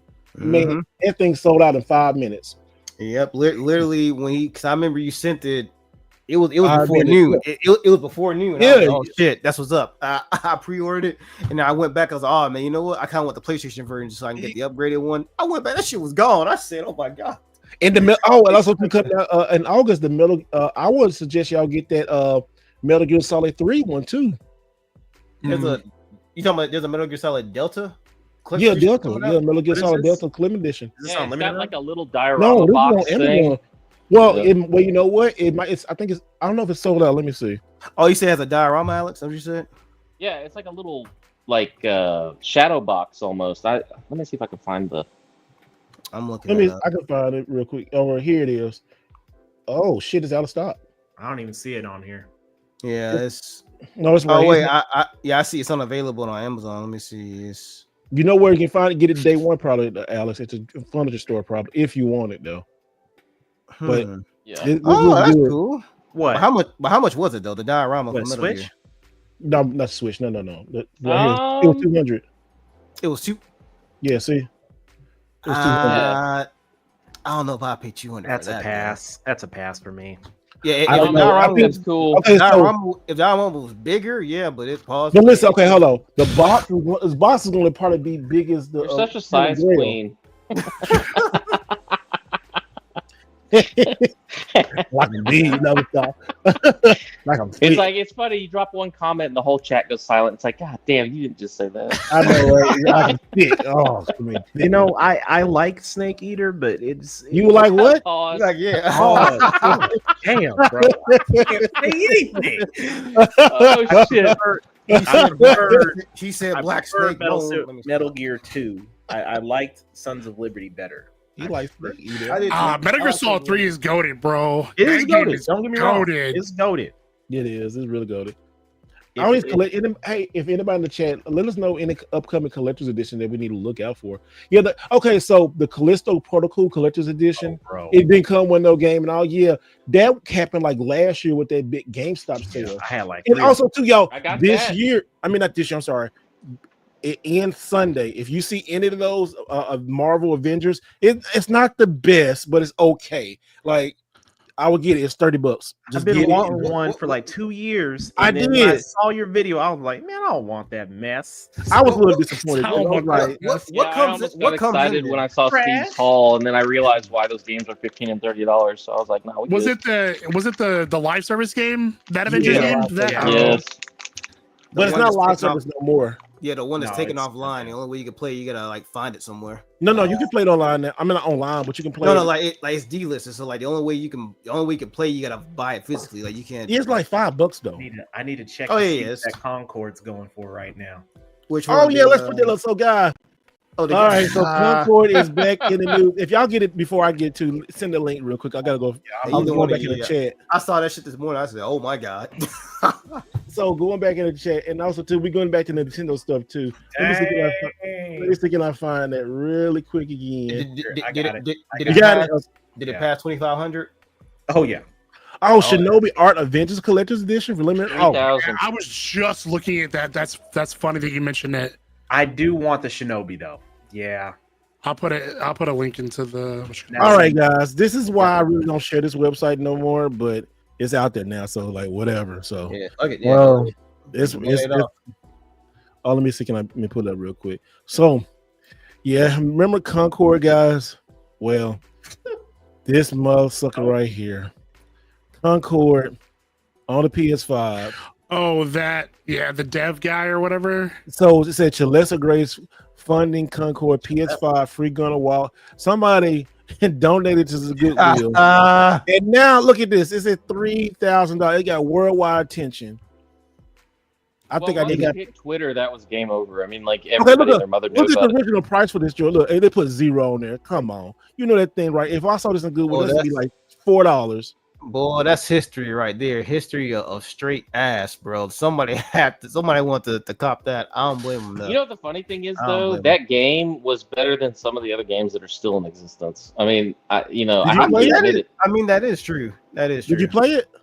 Briefly, like I like basically, right when the servers were about to shut down. I mean, That I think I last day. played it maybe, I don't know, a couple hours right before the couple of days before, and then I was just like, nope, sorry. I played the beta when it was out, and I was like, this ain't for me. And that was as far as I got. I played for about an hour. Those games hour in and a half. general, I mean, look, you know what? It's like I'm so happy to throw that final like handful of soil on the corpse of games as a service games. I'm so glad that we got past that, because for a hot minute, game Here we go, development y'all. didn't it just change? Like everybody and their mother wanted to be a games as a service, and they're like, we're gonna have Fortnite too, and we're gonna have and I'm like, y'all ain't gonna have shit because gamers Look at don't this next want it. year. I'm on But it. Yep. I think live service games, if they're done Y'all look old. right, work. But Concord just was never going to work. Yeah, but that's my whole entire point, though. It's like the chances of getting a good games as a service, like a live service game going, it's a lot harder than these, That's the true. developers basically were trying to put Yeah. out. I mean, look at how many launched and failed within a year. Yeah, like the other, the biggest like live service game I would say that's still going is probably Destiny 2, and even that's kind of on. I wouldn't say life support, but it's just Maybe nowhere if near. Bungie didn't keep stealing people's my assets and like God, lying bro. about shit and like trying to was like like, pass it off damn, as their own work. I was Man, I kinda hope halfway Bungie dies at excited this about point. I that don't care game about and them. trying to defend it, but after that, I'm like, bro, y'all, I can't help y'all now. Like, Y'all, are Yeah, y'all getting that exactly. shit It's over? sort of like that one dude at the party who keeps acting up and you keep like, kind of like making excuses for him. Then he does something just super Yeah. stupid and like, nope, this is on you, baby. Billy's just like that. Yeah, I can't really like do that anymore. Like, No, I mean, it gets to the point where you don't even want to associate with it. I'm like, yeah, damn. I'm like, damn. And it's sad too, because Bungie, I mean, I was a huge Halo guy. Like, I love Destiny 1 and Destiny 2, but they just, yeah. Okay, y'all. Real quick transitions more to Switch stuff. Games are in the wild. So right here, this is the new Zelda Switch 2 edition. As you can see, it looks nice. I mean, in person, it looks like the same game. really is like I'm getting it. I Yes, put it is the 300 same. hours into Tears of the Kingdom, and I'm like, I'm trolling like a mofo, bro. I know he is. He always, I still got my collector's edition sitting back there, so I'm it like, look like the yeah, same game. He gonna yell about it. I was like, yeah, it's a good thing I didn't play it two Yo. years, 2.5 years ago when it came out. So And I'm here's good. Mario Kart or Mario Kart World. Yeah. It looks that's, good. That's a respectable cover. I like that. That looks That's- good. But all the words and shit at the bottom. Yeah, So like, maybe yeah. maybe that's just a prototype for that Pokemon. No, Maybe. that's not a prototype. No, Oh. like yeah, if you look back, the Zelda one had it at the bottom. Yeah, It had go all back. that- Oh, did it? Yeah, Yeah, go back real quick, Steve. I'm gonna put the Zelda up real quick. Yeah, it had the banner with the writing. Yeah, Oh. look. That shit. Trash. And it even got the QR code on it. Like, man, Maybe they do that for like. Well, no. Do they do that for just like the Switch One games? They do that No. for the Switch upgrade one game. So if it's if Oh. the game, and it's a then re-release. Okay, And so they're then not the, doing it for like the new stuff. no, like Street Fighter, the one with key cards, it got that ugly shit at the bottom of it too. Like, the Yeah, white, it got that it's on there. white though. That's, So not, I'm like, that's not bad then. I thought it was gonna be for. And here's Mario Kart. new So the stuff. Mario Kart one is, but Mario Kart is a better picture too. But that looks good. You know, Mm-hmm. it Just just still looking cover. it's gonna take time to get used to it. I like this clean cover with all that words and stuff. I don't know why they got to put all the words and stuff on there, but oh well, you know. Yeah, that's something they can just put on the back, bro. Or do yeah, I agree. or do a PlayStation Xbox. They got in a small font on the bottom left corner. It says PlayStation 4 to PS5 upgrade. That's all you need. That's all you need. But it is like, Yeah, I like it. It's weird. that's my It's OCD very kicking in. Like, can't do it. It's very weird. I don't get it. But another thing too that happened this week, y'all, is y'all did see the Shinobi stuff. What do y'all think about the Shinobi? It looks pretty dope. Like I said, Yeah, man, I I mean, mean, even the the runs on statues- point. The statue's cheap, bro. I mean, it's like one of those like The I statue did expected look it to cheap. squeak when you Mhm. squeeze it. You squeak when you He squeeze said, it. the statue looks cheap. I'm only gonna buy 3 of them. Not 4. This is also facts. No, I mean, This is also- but I mean, it's like in terms of the quality of statues. I mean, there's like high quality I statues. feel you. If anything, I'll probably get more appreciation out of the box, like the actual box that it comes in. Yeah, no, the box Probably is about sweet. it. I love that Genesis replica box. I think that's pretty dope. Mhm. Yeah, I do like the Sega Visions magazine. Yeah, Oh. yeah. So that's an actual All that's new issue. issue of it. Okay. Yeah, brand new issue of it. You know, just like back then. And I do love the steel books for Switch. I just like the the long ones. Pause on the Switch too. Mhm. Can't say shit. I do like the simplicity of the Switch steel boxes. So yeah, I do like those. It's pretty freaking nice. I Mhm. like that. So it is what You it know the is. reason why the limited run game Switch collector's editions are so good is because it's the same collector's edition for the other consoles. You know, if you leave it anything upwards just for Nintendo itself, Nintendo's like, nah, man, we're gonna take the cheapest route possible. Yeah. Yeah. Have y'all seen the Shredder's Revenge Collector's Edition? Oh my gosh, a limited run. I saw that. Oh yeah, I had that one before. It was I should have kept it, but Limited yeah. run one? They had like 2 or 3 different ones, didn't they? Because They had like one, a toy with a shredder in it It's and all of it. It was horrible. nice. and then they had a re-release one that had like the Splinter DLC or whatever attached to it on the Mhm. garage. Yeah, they had like 2 or 3 of those. I remember those. It was pretty dope though. I liked it. I didn't So know. what do y'all this think thing- about the games getting canceled? Like Oh Well, boy. what was it? Black Panther. Black Panther Yeah. got Man, okay, look, I was. Oh, you muted Ness. I was just pissed. I was like, come on, it's like this is like one of the Black Panther has got the same pull for me that Wolverine does, right? It's like that I want to be able to get in there and just mix it up, and it's like, you know, I've got my vibranium claws, and I'm just gonna jack some, and I'm like all hyped, and it's like they're showing teasers and like doing all this other stuff, then all of a sudden it's like we're canceling. How do you cancel a Marvel property? Like what? I mean, something. Same way they cancel Star Wars games. No, I mean, but listen though, something terrible must have happened in development. That's That's Cliffhanger Games. what? It's You crazy know, honestly, too. I'd 'cause- rather them cancel a bad game. I mean, if it's genuinely bad, yeah, okay, fine, cancel it. But god dang, it's like if there was potential, because you know they cancel shit they don't need to cancel, and then they greenlight shit they don't need to greenlight, and it's just like, what are y'all doing? Like, how does this even work? And I mean, that's the problem, right? Like, you know, whenever you have consolidation, because remember when EA was the biggest dog in town, and they bought every friggin' studio, and what happened when they bought BioWare? I mean, they just flushed Bruh. that all of It their was IPs it was into the downhill toilet. from there. That's what I said in the group chat. I was like, EA just needs to stick to sports games. Facts. Just Yeah. stick to sports games. That's what you were known for back in the day, and then you started buying studios. Like, leave the rest of this stuff alone. Just Bro, If they had taken more of a investor standpoint, where they're like, look, it's like what we're going to do is allow you to be a AAA company because we're going to share the cost with you, and then you're going to share the profit back with us. And if they had like more of an incubator type program to take these AA studios or newly formed AAA studios, and they were there for financial backing, but they didn't interfere with the creative vision and let the people who were making the game do what they actually wanted to do, they would be leaps and bounds ahead of where they are right now. Well, EA, they closed down. They closed down Pandemic Studios, the makers of the Battlefront games, and like the Saboteur. I know people who played that game. That's really awesome. It's like a Grand Theft Auto Noir inspired game. That was really dope. They closed down Visceral Games, the people who made the Dead Space games. Who else did they shut down? Wolverine's coming out. I don't know about Blade, but Wolverine's coming out. We might see Wolverine next week. Honestly, anything that's not under Well, we've EA, already I mean, seen it. We saw the leak, remember? Well, we saw the beta, but yes. EA canceled Battlefield, Star Wars Battlefront 3, and it was basically playable. Yeah. Oh yeah, that's right. Yeah. When they were still doing the original trilogy of the, yes, right. Was that more Disney that said no, or what? It was EA. I don't know why, but they had to be. They had to get a blessing from Disney, though. No, I mean, they have the IP. They have rights to the saw IP. it, and they were like, "What is this crap? Nah, we want our money back." I mean, they might have. I mean, maybe they thought maybe like it could also be something to do with the story too, with Black Panther. Maybe it didn't coincide with what the movie was going to be, and they didn't want it to clash. I mean, that could be potentially. And then I brought this up in the group chat too. I was saying how superhero games, kind of like the movies, it's kind of like burnt out. Yeah, it's more like a burned out state. Yeah, Because look at it, because like what not on. It was what a little over a month ago that Warner Brothers canceled that Wonder Woman game. That was very anticipated. We saw what happened with Suicide Squad, and now this this whole thing with Black Panther.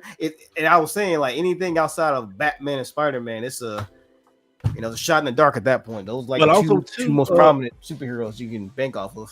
Hey, do you think Marvel's Avengers or Great Value Avengers had anything to do with?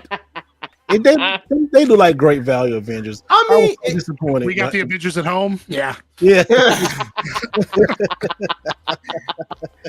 Great Value Avengers. I think in my personal opinion, I don't know anything, but I just think how horrible that game was received. It started downhill from there because like it was like Spider-Man was like that game, and then just like it was like they was riding high off the movies and stuff. And you can't really predict how good movies going to be or ride that wave, but that Spider-Man kind of hit that last wave, and it was like, oh my god, this game is amazing. Which I think they took a lot from Infamous, but I don't know. But Spider-Man was good. But I think even before Spider-Man, right? Like we saw all those amazing Batman games. Like the Batman was right there. Batman trilogy was started. Yeah, Batman was trilogy started. My bad. Because I didn't play much of it, bro. But it's Batman's up here, definitely. Voice acting, everything. So be a Batman and Spider-Man, like right up in here. Yeah.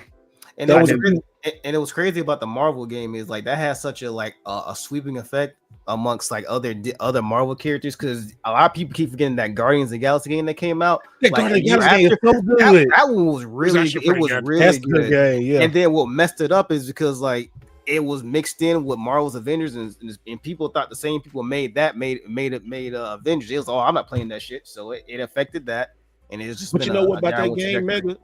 What's that? Mega, but what about that game is you can have like the great value of Guardians of the Galaxy, but what's so funny about it is the comic, it matched the comics, but also too they got their humor right. They nailed the humor of the cold cast, and it was really good. Yeah. They nailed everything right with that game. That game is you can go back and replay the game several times. It's so good. It's really good. What was really dope about it too, they went the extra mile to re-record the entire soundtrack of that game to where it was streamer friendly, so it had a different audio for if you streamed it. Really? Yeah, a lot of people don't know. Yeah, if you streamed it, it had a different soundtrack than what you did. You just played it on play it without streaming it. A lot of people don't know that. I know folks in the chat talking about where's the Blade movie. I'm like, unfortunately, I'm gonna say some petty stuff right now. Go ahead, bro. I already know what you want to say. We're probably gonna see GTA 7 before we see another Blade movie. Bro. And I want a Blade movie to come out so bad, but I'm like, this man said not Grand Theft Auto 7, bro. Hey, he's still the new Blade movie is still stuck in the void, so it ain't even in production. Is not getting any younger, so no. I'm talking about it's stuck in the. Have you seen a different person playing Blade? No, have you seen? No, you can't do that because he was already a cameo in. No. Well, the original one was going to be I forget his name. Gosh, he was on. Hold on. What? But I think they're actually stuck using Wesley Snipes because of the new Deadpool film where they brought him back. Mahershala Ali was going to be the new Blade. Yeah. Wait a minute. So is he still? And he would have killed it. Wait a minute. So they got rid of him. They're not doing. It was going to be a full reboot of Blade. Backed out. Yeah, no. The whole project has been basically scrapped. I mean, we've had 17 Batmans. We're gonna have 2 Blades. You know what I mean? Oh, and also too, the Avengers movies got moved back to December. Yeah. Oh yeah. Yeah. I'm Marvel movied out, yo. Everybody's like, "You go see the new Marvel movie?" I'm like, "No, bro. I'm good. Thank you." I'll see it on Disney Plus. Yeah, Captain America just came on Disney Plus. Quality. The only thing that's coming out of Disney at this point that I even give a damn about was Andor, and season 2. I don't know how I feel about it. It's a slow burn. Starts off a little slow. Not gonna lie to you. I don't know. I just was like, okay. I mean, I'll be honest. It's like I had it going and I fell asleep in front of the TV. The first season, not like that. So it's like I was like, oh, okay, you've officially become, couch fodder. So Andor season 1, especially to me, is probably the best Star Wars show, in my opinion. Yes. Period. Because you get to it doesn't have a lot. There's not a lot. It's not about the Jedi. It's about what life is actually like under the rule of the Empire. Universe. Yes, yeah, correct. like what life is like for everyday people under the rule of the empire. And I think that's a really neat concept that they Well, really. I'll be honest, it's like, and I'm sorry that we're going in the Star Wars tangent, but it's like, what they've done with Star Wars, everything has gone so far weird in terms of like consistency. What is canon? What is not canon? You know, it's like, okay, is this real? And so it seems like every time they show something, it's always reinterpreted. And I'm like, you know, just stupid, simple things, right? Like in The Acolyte, like I watched all of that. Some of that was actually pretty cool. I like the combat sequences. And like, hey, I'm going to the Sith, you know, whatever. Was amazing. The set design was amazing. Yeah, but then all of a sudden it's like, oh, I'm just going to turn my blue lightsaber into a red one because I'm angry and full of Sith rage. And it's like, that's not how that works. I think it technically does, right? You can bleed a crystal if you have hate. Nah, it's like a whole entire thing. You can't just be like, I'm squeezing really hard with hate. I wasn't sure. I think they sped it up. Yeah, I got a red lightsaber. That's not how that works, bro. Come on, man. There's got to be a little bit more to it. Hey, but you know what? The Superman movie, I think is gonna do good. I can't wait. Okay, I'm on. How many of y'all? That's gonna be good. How many of y'all watched the original Superman movies with Christopher Reeves and all that stuff?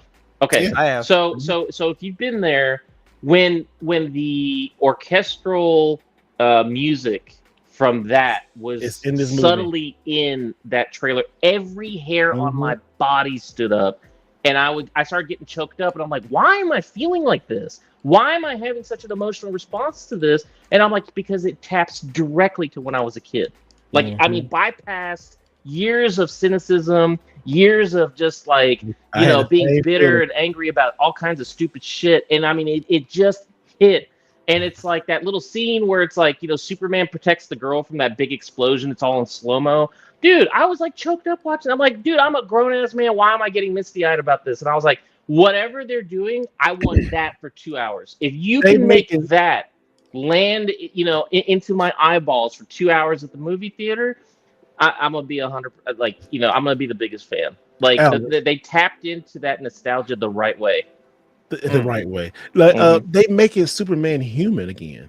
Like and also they're not going back doing the Superman came from here and all this shit. No, they putting Superman in situations where, you know, you see him and Lois fighting, you know, you see his emotions, you see the tones of like the one that got me, and they said when Lois wanted to interview Superman, and he said, oh really? I said, yeah, okay. And then he said, he changed his voice, like, hello, Mr. Lane, you know, went to the Superman voice. And then his voice went to like when he was getting pressure, she was pressuring him too. He was like, I try to save people. Like, whoa, hold on, you know, it was like a real relationship and showing like trials and tribulations of a relationship. He's struggling to like save people but be Superman and had this relationship. And you see a lot of those movies really didn't hit on them aspects. Maybe Lois and Clark, but it was kind of like that was but that was a little too far. Like the problem is I don't know. Smallville was probably one of the better Superman shows that was on TV. Well, you know what? Goodness. Superman and Lois was good too. That's what I'm saying. Superman and Lois is really good. Have y'all? I was gonna say, like, the thing about it is every superhero new season that comes out for, you know, the movies, right?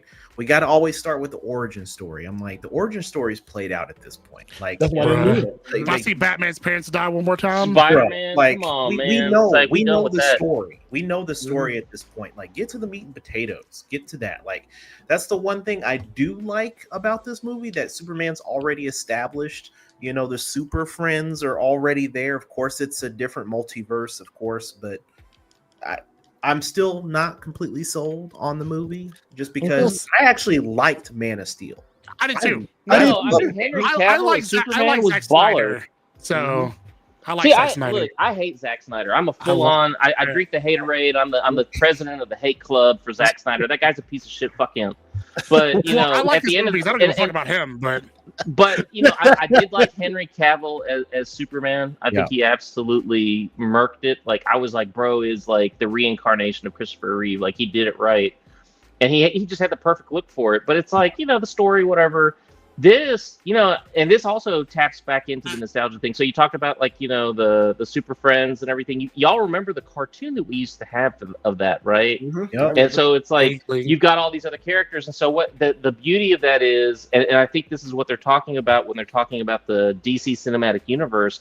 James Gunn's about to usher in this whole entire thing, and if these characters hit right and they all have their own spin-offs and things like that, and they're interrelated and whatever, I'm 100% invested. Let's do this. I mean, because obviously Marvel, I don't know what the hell happened. That shit was so good, and I agree. I think that the majority of us have kind of that Marvel fatigue or whatever. But at the same time, it's like the reason why we have the fatigue is because they're stagnating in their stories and they're not bringing the stuff that we want to see. Where are the fucking X-Men? Give me the goddamn X-Men, you piece of shit. I mean, that's you what they're fucking working on. Like, I'm literally sitting there. I'm like, go ahead and give me a new Wolverine. Give me a new Cyclops. Show me Professor X. Get Magneto back into the game. And it's like, we're just going to sit here and like not do anything with this. You got to blame Fox for that. Speaking of, they own them though. Well, now they do, and now they have to. Now they have. Why are they not developing? Man, come on now. They're revamping it right now. Yeah, they come. The X-Men are going to be in. The X-Men are okay. So the first appearance of the X-Men was what was that girl on the Disney Plus series? Captain Marvel, or not Captain Marvel? What was her name? Whatever that little girl was. Miss Marvel. Miss Marvel, yeah, Miss Marvel. Yeah, so they made her a mutant, so to speak. And then at the end of the Marvels, old girl ended up in the X-Men universe. Oh yeah, with Beast. Yeah, so they was actually officially, that was their way of right there now. Over. Yeah. And then now this I'm excited about this Fantastic Four because they say you might see some X-Men stuff, but I'm excited about the movie because it's a disaster movie. Galactus is going to destroy their universe and stuff. And I'm full of skepticism.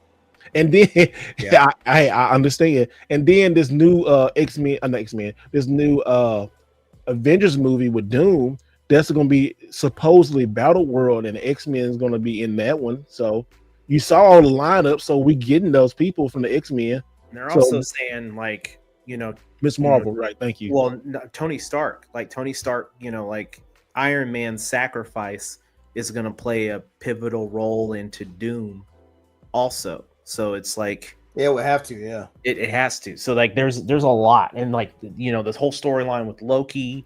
So I think right now we just don't see the bigger picture. Hopefully, I mean, like I'm being optimistic right now because like they're coming. You got characters like Shang-Chi that actually the movie was actually good. I like. Yeah, it was good. I the man for like 4 years. I'm like, bro, what we doing? Like, are we doing something with this character? Are we just gonna leave him hanging? And now you've got you see this. Yep, you do. You've got what they brought back Daredevil. So I'm not a Daredevil fan. I like Daredevil. Yeah, I like it. They brought Punisher. They're bringing back Jessica Jones. I'm hearing that Jessica Jones also, and they're bringing her back for season 2. And I'm hearing that there's talks for Iron Fist and for Luke Cage to come back. So I don't want to see Luke. Luke Cage was good. They need to make Black Lightning back. That's DC, bro. That's DC, yeah. Oh, that's right. I don't know what thing.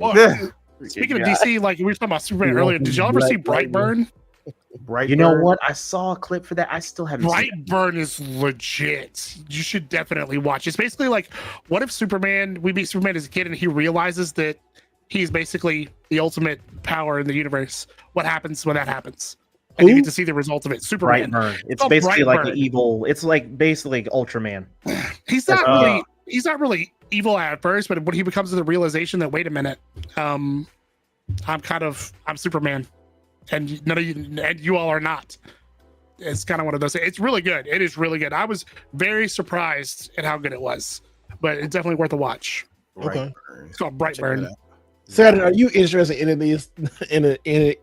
She said no. I'm listening. It's not that I'm not interested. It's just that there's a lot of I'm trying to think of proper words. I'm so tired. I'm sorry. Short answer is no. So the Marvel universe, I'm not part of the DC universe. That I'm clueless. So you don't even try. Like never try. I know the characters. I don't know the lore. I don't know much about them. Maybe Batman's lore because everybody does know that, but that's it. And Superman's lore, but anything further than that, I don't know. when it comes to Marvel, I kind of stopped caring since the Same movies here. because, again, the movies it's how many different versions that are colliding into one, and I don't like that because I have a little small collection back there of comics, so I'm excited to see like these characters, and I'm seeing nothing make sense. The Avengers don't make sense. I don't like the story. I don't like the founding members because they're not. So I got upset, and I never really cared. Okay. It's been like 10 Fair years. enough. I It's like, think where's the founding members? I'm like, there's so many characters missing, and then they reappear as like the wrong character. Like, Yeah. Hank Pym, where is he? And he only appears like later on as a redundant character in a timeline doesn't make sense. You know what I mean? So I just gave up. like he was old, but he transferred to his son. Yeah, Or but he was supposed to be the one who recruits everybody, not fucking Iron Man.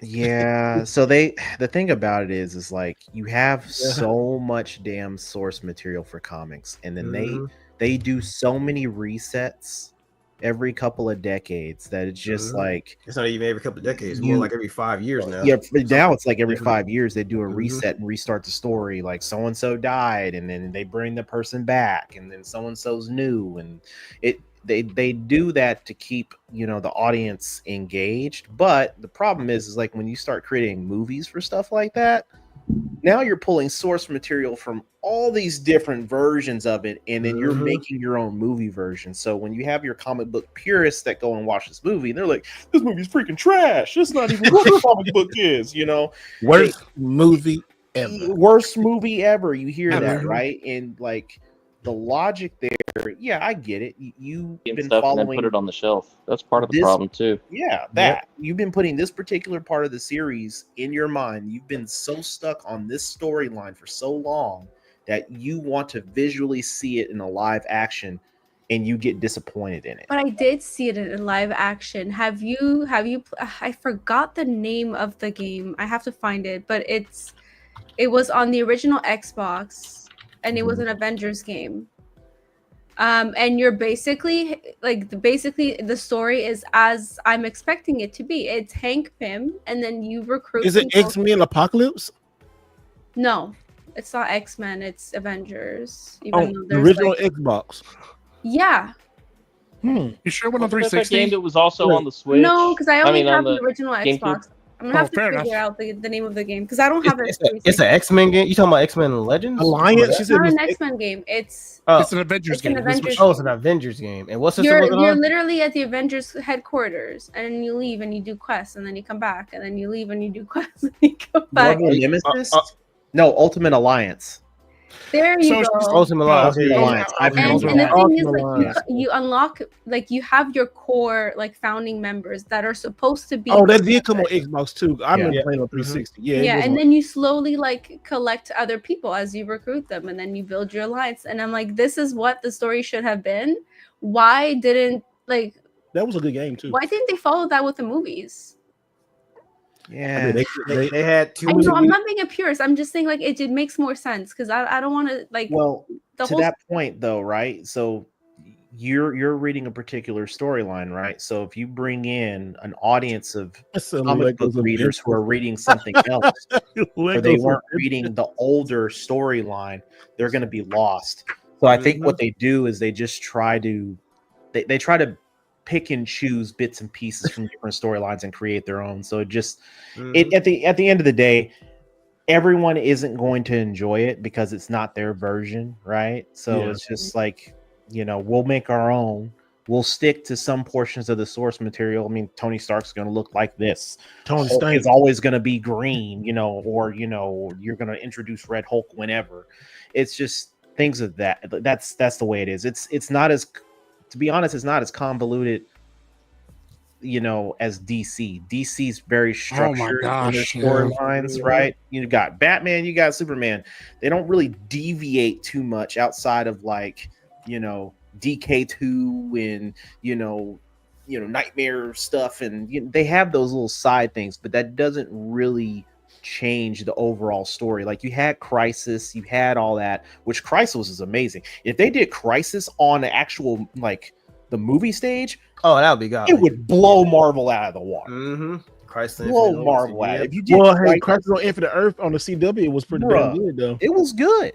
And if you It could was do that really in good. a movie form, oh my gosh, that storyline is so damn good. But the problem is like the build up for something like Crisis would take like a decade and a half to do if you wanted to do it right. Yep, that's true. Let's get to this news, y'all. So this just kind of broke, I guess, 4 hours ago. But I don't know if y'all seen it, but let me put it up here real quick. And I chose this picture because I thought it was pretty funny. But Xbox has reportedly sidelined its first party handheld for now. Switch. That's a Switch, of course. No, I know I didn't put that, but that was. But here it is. You sue for copyright infringement? I was or- like, what's No, happening? but here it is. But no, seriously, Xbox exclusive. Xbox handheld has been sidelined for now as Microsoft doubles down on Windows 11 PC gaming handheld optimization. It says Xbox handheld ambitions continue to be unfabricated, but the focus is shifting towards improving Windows 11, which Windows sucks anyway. I hate Windows. But said the Xbox Series S successor is totally safe within development, continuing at full pace. And this is funny right here. Somebody down here said, "What a Windows 8 Xbox handheld might have looked like." LOL. Gross. That's like a 3-inch screen, bro. Like, what are we doing here? What type of No, look, somebody just making fun of it. That look like a. Yeah. I mean, it looks like a low budget Portal, if you ask me. So let me ask a question: is this the The partnership, No. partnership one, or the standalone Microsoft made one? This This is standalone Microsoft standalone. one. Oh no, that's brilliant! I'm glad they're doing that. Why The would they? third even party bother? is still coming along. It's still coming That's all out. they need. That's all they need. Like Like they Xbox just is not going to focus on doing one. They're going to focus more on Windows 11 and just good. and good. going for the next Xbox successor. So See, still when you haven't try to upgraded do yet. too I many won't. things, that's the thing. When you try to do too many Look things at at the what's same good. time, it's gonna dilute your shit. So focus on what you need to do and get out the whole entire handheld market. I'm co-sign that bitch. yeah, I You think seen- you ain't seen it yet. I think that would be pretty good. You soon they're gonna be like, man, fuck these consoles and these handhelds. We're just gonna be No, all but software. that's This- that's exactly right. I think that at Mhm. some point, we have one generation of Xbox left. That's exactly what I think. Yeah. Probably half a generation. We'll be honest, like half. No, I mean they'll come out next generation with something, and I hope they streamline it and they only have one console. Like, don't do S the was Xbox garbage. Series Spud. We don't need another potato console. Fuck that shit. And the sad thing is, it was the majority of their console sales. That's why everything is so topsy-turvy and weird in Microsoft land, because they built a Series X and then all these broke-ass motherfuckers went and bought an Xbox Series S. Either that or it was an availability issue. But why the fuck are you buying inferior hardware? Like, that's the dumbest thing. Beyond comprehension. Yeah. I do not understand. You know why? I'm going to get some hate. I'm gonna get some hate. I don't give a think shit. Fuck part all of that. it, because PlayStation, like the discless version versus the disc version, it was still the same specs from a hardware perspective. It's just one didn't have a disc and one did, right? For PlayStation, is that accurate? Yeah, that's Yeah. accurate. I think people thought that would be the same way for Xbox, but the Xbox Series S is a less No, powerful man. console. They Xbox did didn't that open their first eyes though. and read a goddamn thing. They're like, "Oh, I'm just gonna go ahead and buy this box. It's gonna be perfectly good, just like an Xbox Series Yeah. X, but it doesn't No, have a it's disc cheap, drive." but you get what you paid for, right? And Yeah, that's what also- Man, but see, bro. that's the thing. That's that. Look, who's responsible for that? Microsoft. Microsoft's marketing is ass. Like, They gotta do literally better, man. They gotta do 3-day-old out in the jungle rotting ass. That's how I know. bad their fucking marketing is. I know, Like, right? why- I gotta go talk to why- these people next week. all they needed to do is be like, hey, we got an Xbox Series X. This is what it looks like. It's with a disc drive and without a disc drive. How hard is that? Yeah, Why do we exactly. have to have two different SKUs? Why And did it's like, why did you make one less powerful for just whatever reason? Like, why? well, Another you know thing- what so the rumor is, and this is a rumor because I can't confirm any of this, but the rumor is Alex is that kid. when Hey, they were hold on, when they you were didn't know producing Xbox- the CPU, Alex is GPU, like Xbox- so the whole entire when the APU hit, right? They had to bin some of them because they couldn't get the high enough clock frequency, and they had so many binned APUs. They were like, "Well, what do we do with this? Oh, let's go ahead and turn Let's it make into a a whole smaller ass another version of the console." Yeah. I'm like, damn, well, that's smart. Not let's go fix the process of actually printing the die and actually getting all the chips and stuff out. They're like, no, we're just gonna do something with these. Because remember, this is all during COVID and like all this other stuff. And you remember how there was like this restriction on like how many consoles were being produced, whether it was PlayStation or whether it was Microsoft or whatever. It's like because of that, like they, the production facilities were not where they needed to be. And so they were like, well, we'll be first to market and we'll get this stuff out first. Well, the problem is when you tip in the direction of the majority of your gamers playing on an inferior piece of hardware, now you have to have hardware parity. Now you have to do all this dumb shit so that people can actually get their games, quote unquote, running on both. And I'm like, it just doesn't make sense. It just made no sense. And so when they say, oh, we're going to cancel the handheld, good. Don't do anything. Have one fucking SKU. Yeah, Either and it was all like digital with a 500 gig hard drive. Get the fuck out. Missed. What? All right, so here's another thing. I'm going to chime in before Alex goes off again. The Microsoft has just Xbox in general has a very bad case of naming convention. When we transition from the Xbox One X to the Xbox Series X, there was so much confusion with non-gamers who were buying Christmas presents, just buying the console in general. Like, yeah, I bought a bunch of the new Xbox. Like, I already got this one. What are you talking about? This is the old one. Like, but it said it was an X. I'm like, yeah, that's a Series X. That's a One X. What's the difference? They're both Xbox One. Like, exactly. Like, if anybody out there is listening, why are you talking like Dick Vitale right now? It's an Xbox One, baby. It's 15, baby. That's what it is. You know what I'm saying? That's what it is. But I'm just saying, but like the naming convention for a future Xbox should not be Xbox One anything X/S/.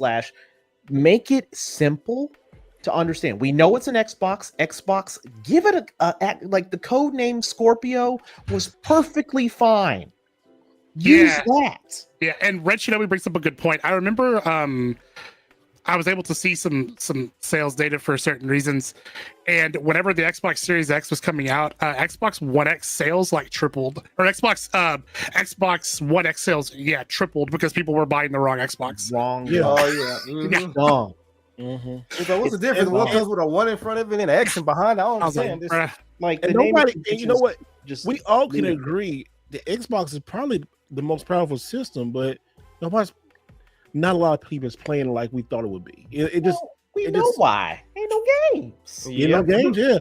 Like you got, I mean, don't get me wrong. You got Game Pass. Game Pass got a lot of games on there, but there's a difference between having a full library of games and then having some flagship exclusive games that drive people to buy your console. And there's no more really. Hellblade is getting ready to go to PlayStation. No, I mean everything. It's multi-plat. Let's. It's a wrap. I mean, it's like we are literally done with Microsoft exclusivity.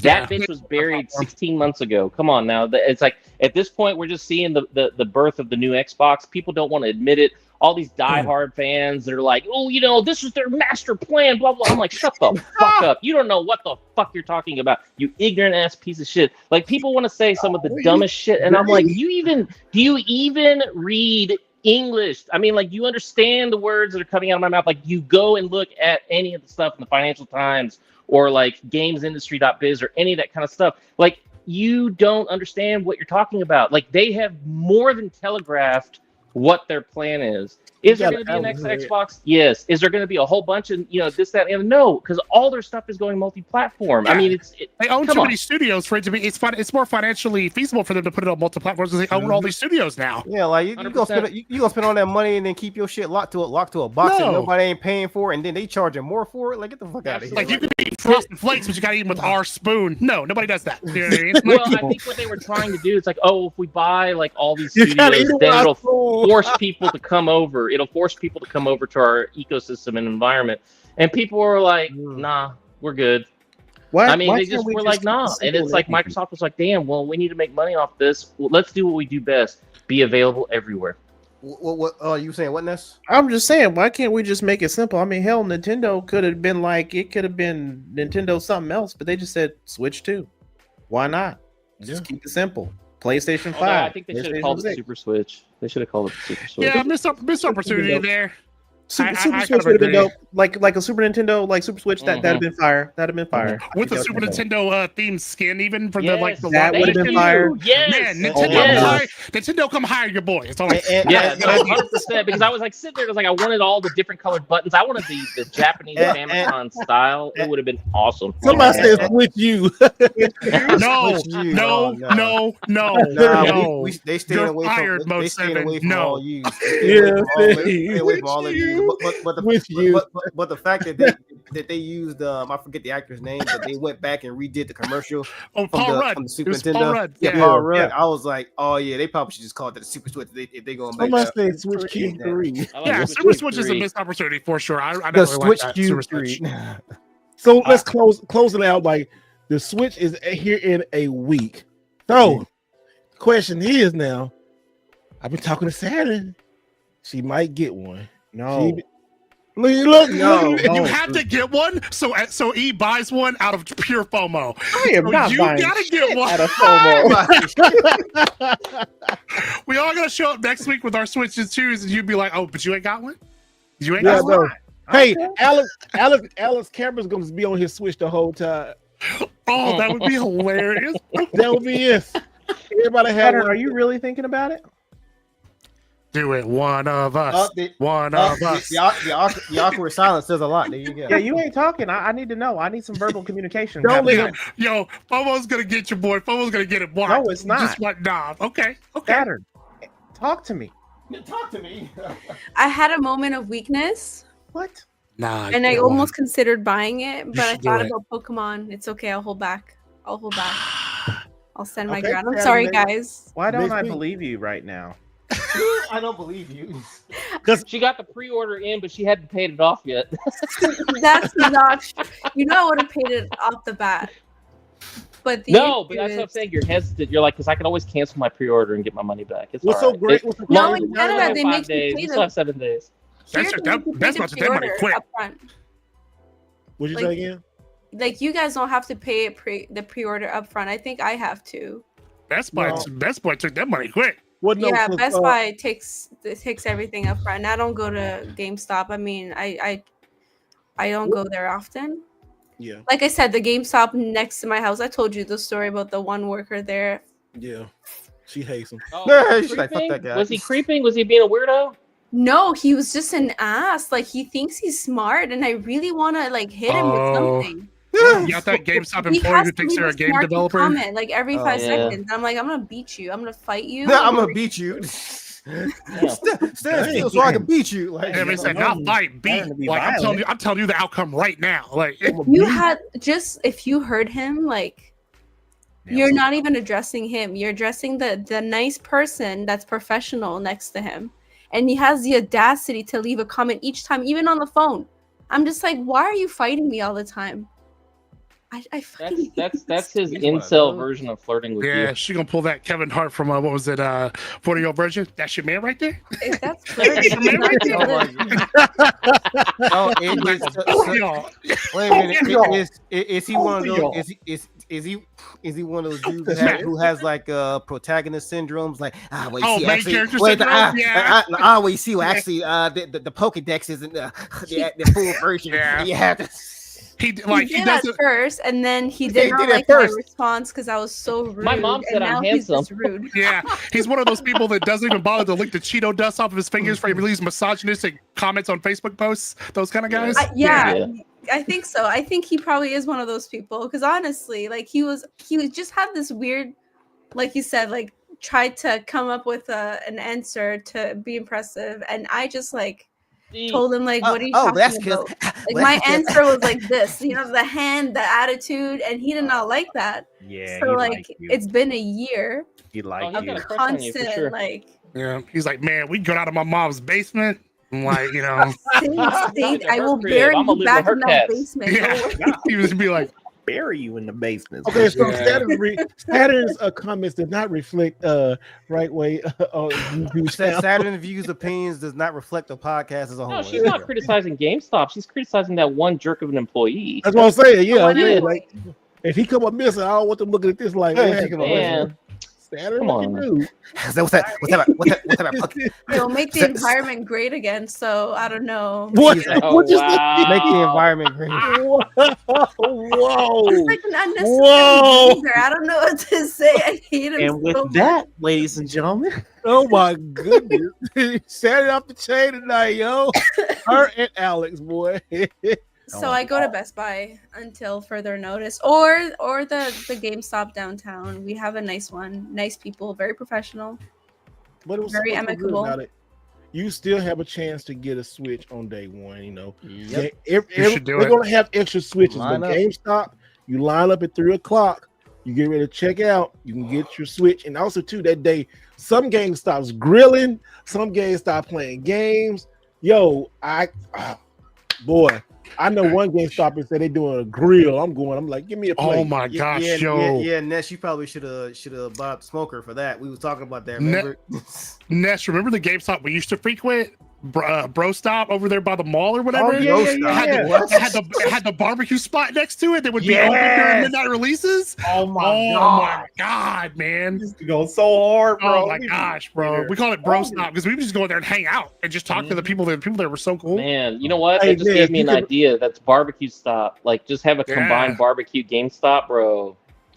Get all can't your do the little game to be oily all rib greasy and fingers all shit. over the collector's editions. I need to get. Hey, Alex, Let me get we need to get a plaza. You know, with Nest Bank, Nest Yeah. Barbecue, Nest Barbecue. Yeah. Yep. Yeah, no, I'm with you. Hey, Yes, I You can, co-sign hey, that. you can get Saturday to draw your tattoos or your shirts or everything in there. Mm-hmm. Oh, Yeah, I mean, yeah, we got everything. We got one-stop shop over here. Oh, for sure. That's Right. crazy, but I can't wait. I'm officially getting excited. 5 days left. Well, a week left. Well, And 6 days. 6 days. So- yeah. Next ti- 7 days. So next time you see us on the podcast, Or 6. we will have our Switch 2s. Saturday We gonna might check. have one. No. Ness, I promise. For me, hopefully. In because- solidarity. We don't like it. Man, I can't wait until One next week of when she us. rolls up in here and it's like, I couldn't help it. I got one. No, I Look how want good Animal Pokemon Crossing so looks on bad. this thing. Well, hopefully for me, mine because Walmart's. I think they won't ship theirs until like a week after. Yeah, so think about this. Okay, I'm picking mine up at Best Buy. yeah, so Tanner, I have to go think about midnight this. to make sure pick one up. This is the 40th anniversary of Super Mario Brothers, right? This year. Damn, that makes my back hurt. Okay, hold on. Pokemon is releasing in October. What is releasing in September or November? And what you Oh, yeah, think? it's What you gonna be a think? Christmas game. What do you think they'll release? What kind of system they'll release for? Who you think they'll release for? Like, do you think they'll put a Switch for Mario 40th anniversary or Pokemon? And if they do Mario Pokemon, for what do sure. you Neither. What do Really? you think? Listen, if they do Neither. the Pokemon one, they probably gonna do a Pokemon one for the old OLED Switch or like the Switch Lights because it's releasing on the old Switch. I don't think we're gonna get a collector's edition console for the Probably Switch for at least 2 a until year. at the earliest. Yeah, next year. Yeah, I don't think so. I don't Yeah. think no. If they do, I think it might be for Super Mario Brothers this year. I would have loved the NES theme once this is the 40th anniversary NES. Like That'd be NES dope. theme one. Oh, That would be I would cool. buy that for sure. That'd be That's the thing, definitely though. dope. Nintendo has me weak because it's like anytime they have a collector's edition console, I'll buy it because I like all the collector's edition consoles. If you got graphics on it, different color stuff, LEDs, any of that, I'm immediately Do you have the beelining it. Dragon Quest Switch, Alex? Dragon The Quest? Dragon Quest 11 one? Go play that. Hold Yeah, on, looking at let the me look. inventory. Let me get back. Yeah, Let me look. let me I'm check my looking. What inventory. is that? Making geese we trust. I It's got geese the we Diablo trust. 3. That's funny. Let's see. That was dope, dude. The Dragon Quest one is dope. Yeah, I think it's for Dragon Quest 11. Yeah, I'm it's gonna be looking. crazy the next couple weeks, y'all. I mean, because like next week, next week. Okay, so next week is gonna be huge. We got the Switch 2, and then Summer Game Fest. Then you got the Xbox Showcase, and Nintendo showing up, PlayStation showing up. Next week is gonna be freaking huge for news. It's gonna be probably the biggest week this year. It's gonna be a 4-hour podcast. Ooh. No, I don't. Well, hey, I'll be up. Switch. I'll be in California, so it's gonna be good for me. Oh no, that's gonna be worse because it's gonna be you 2 hours ahead. Of that. Wait, is it 2 hours or 3 He's hours? 2 hours behind, bro. I'll be Wow, oh, behind. that's gonna be worse. Yeah, hell no. Yeah, I got my No, limits. I don't have the Dragon Quest Switch. I do not. And that's Oh, man, now he's gotta find it. that's No, because I land that morning in LA. Cause you land the day that the Switch 2 comes out, or the day after. So I get to Switch 2 that midnight. To get home, put this video together. I probably put the video together on the plane, but sleep, wake up, plane leaves. I think it's 7:00. Then I get in LA like at 9. So are we even doing the podcast? Should we do it early? No, I mean, we still do it at the same time. Oh, I just be in LA. Yeah, for him, it's just going to be 6:00 his time.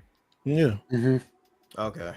Yeah, it's be early for me. I'm gonna bring all my stuff, but it's gonna be I'll be somewhere. I'll be somewhere with internet. So we're not doing that idea where we was like playing the Switch 2 on the street. Well, that's a lot. We probably can. I don't know. We'll see. We'll see what we can do.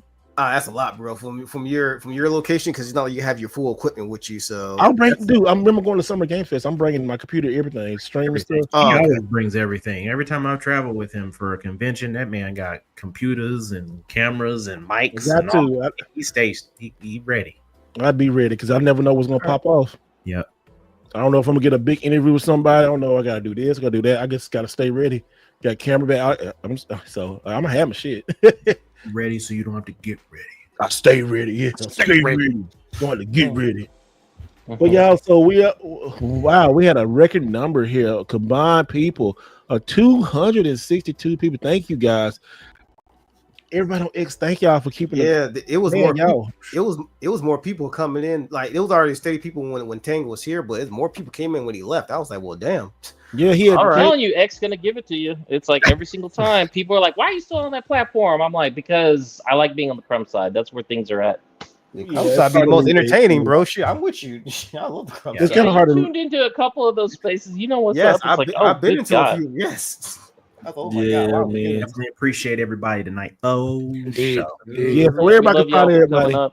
Saturn, where can they find you? Can I get a Switch 2? I will not be getting a Switch 2.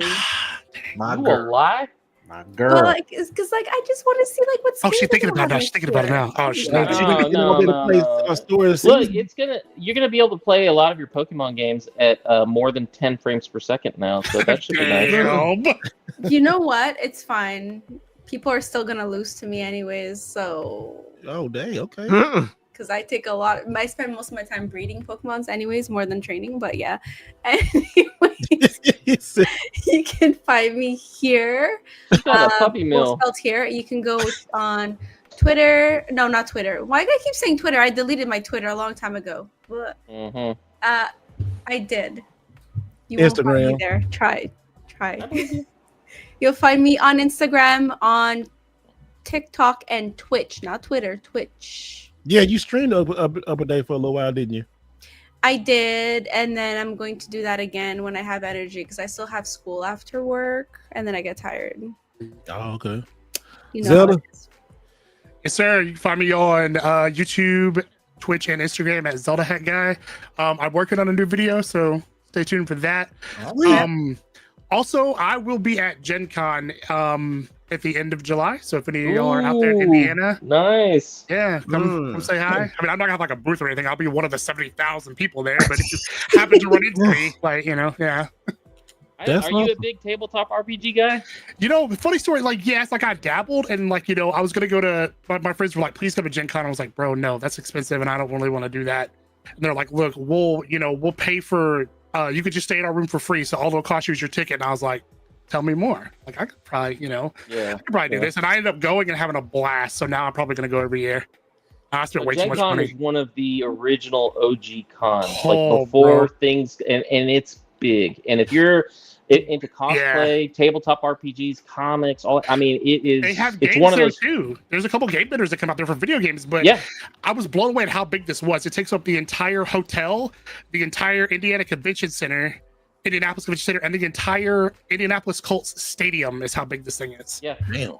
I'll try to get some footage. I may try to join the podcast from Gen Con just to kind of for a few minutes to kind of show you guys around a little bit. Dude, you didn't do a video from there. That's what you need. I really do. Yeah, I didn't last year because I was just ducking a new world in it so hard that I just forgot to do a video. Do 2 or 3 videos from there, man. That a lot of people don't get to go there. Before there was San Diego Comic-Con, there was Gen Con. Gen Con is massive. There were 77,000 people there last year. Yeah. Mr. Mad Doctor, you going off? We know you love Xbox. Tell everybody where they find you. Well, currently I'm on Twitter. You can find me on X at Alexander Tyler, and it's like one of those things where, you know, when it comes to gaming, I love gaming. I don't care, and I'll buy every console. I'll play the games everywhere, but it's like Microsoft. It's like y'all could have done things so much differently and been in such a better position, but. You know, I can't argue. I mean, the stock price keeps going up. You know, I'm still in the green, so to speak, or in the black, so to speak. So I'm just kind of like, whatever. You know, just keep on keeping on. I'm just going to adapt to the way that they do their business, and I'm not going to, lose any sleep over it because it doesn't matter what I think. Yeah. And Ness, you can find your boy Neo Ness on YouTube at Neo Ness. You can find me on the Instagrizzle at _Neo_Ness. You can also find me on X at Neo_Ness Gamer.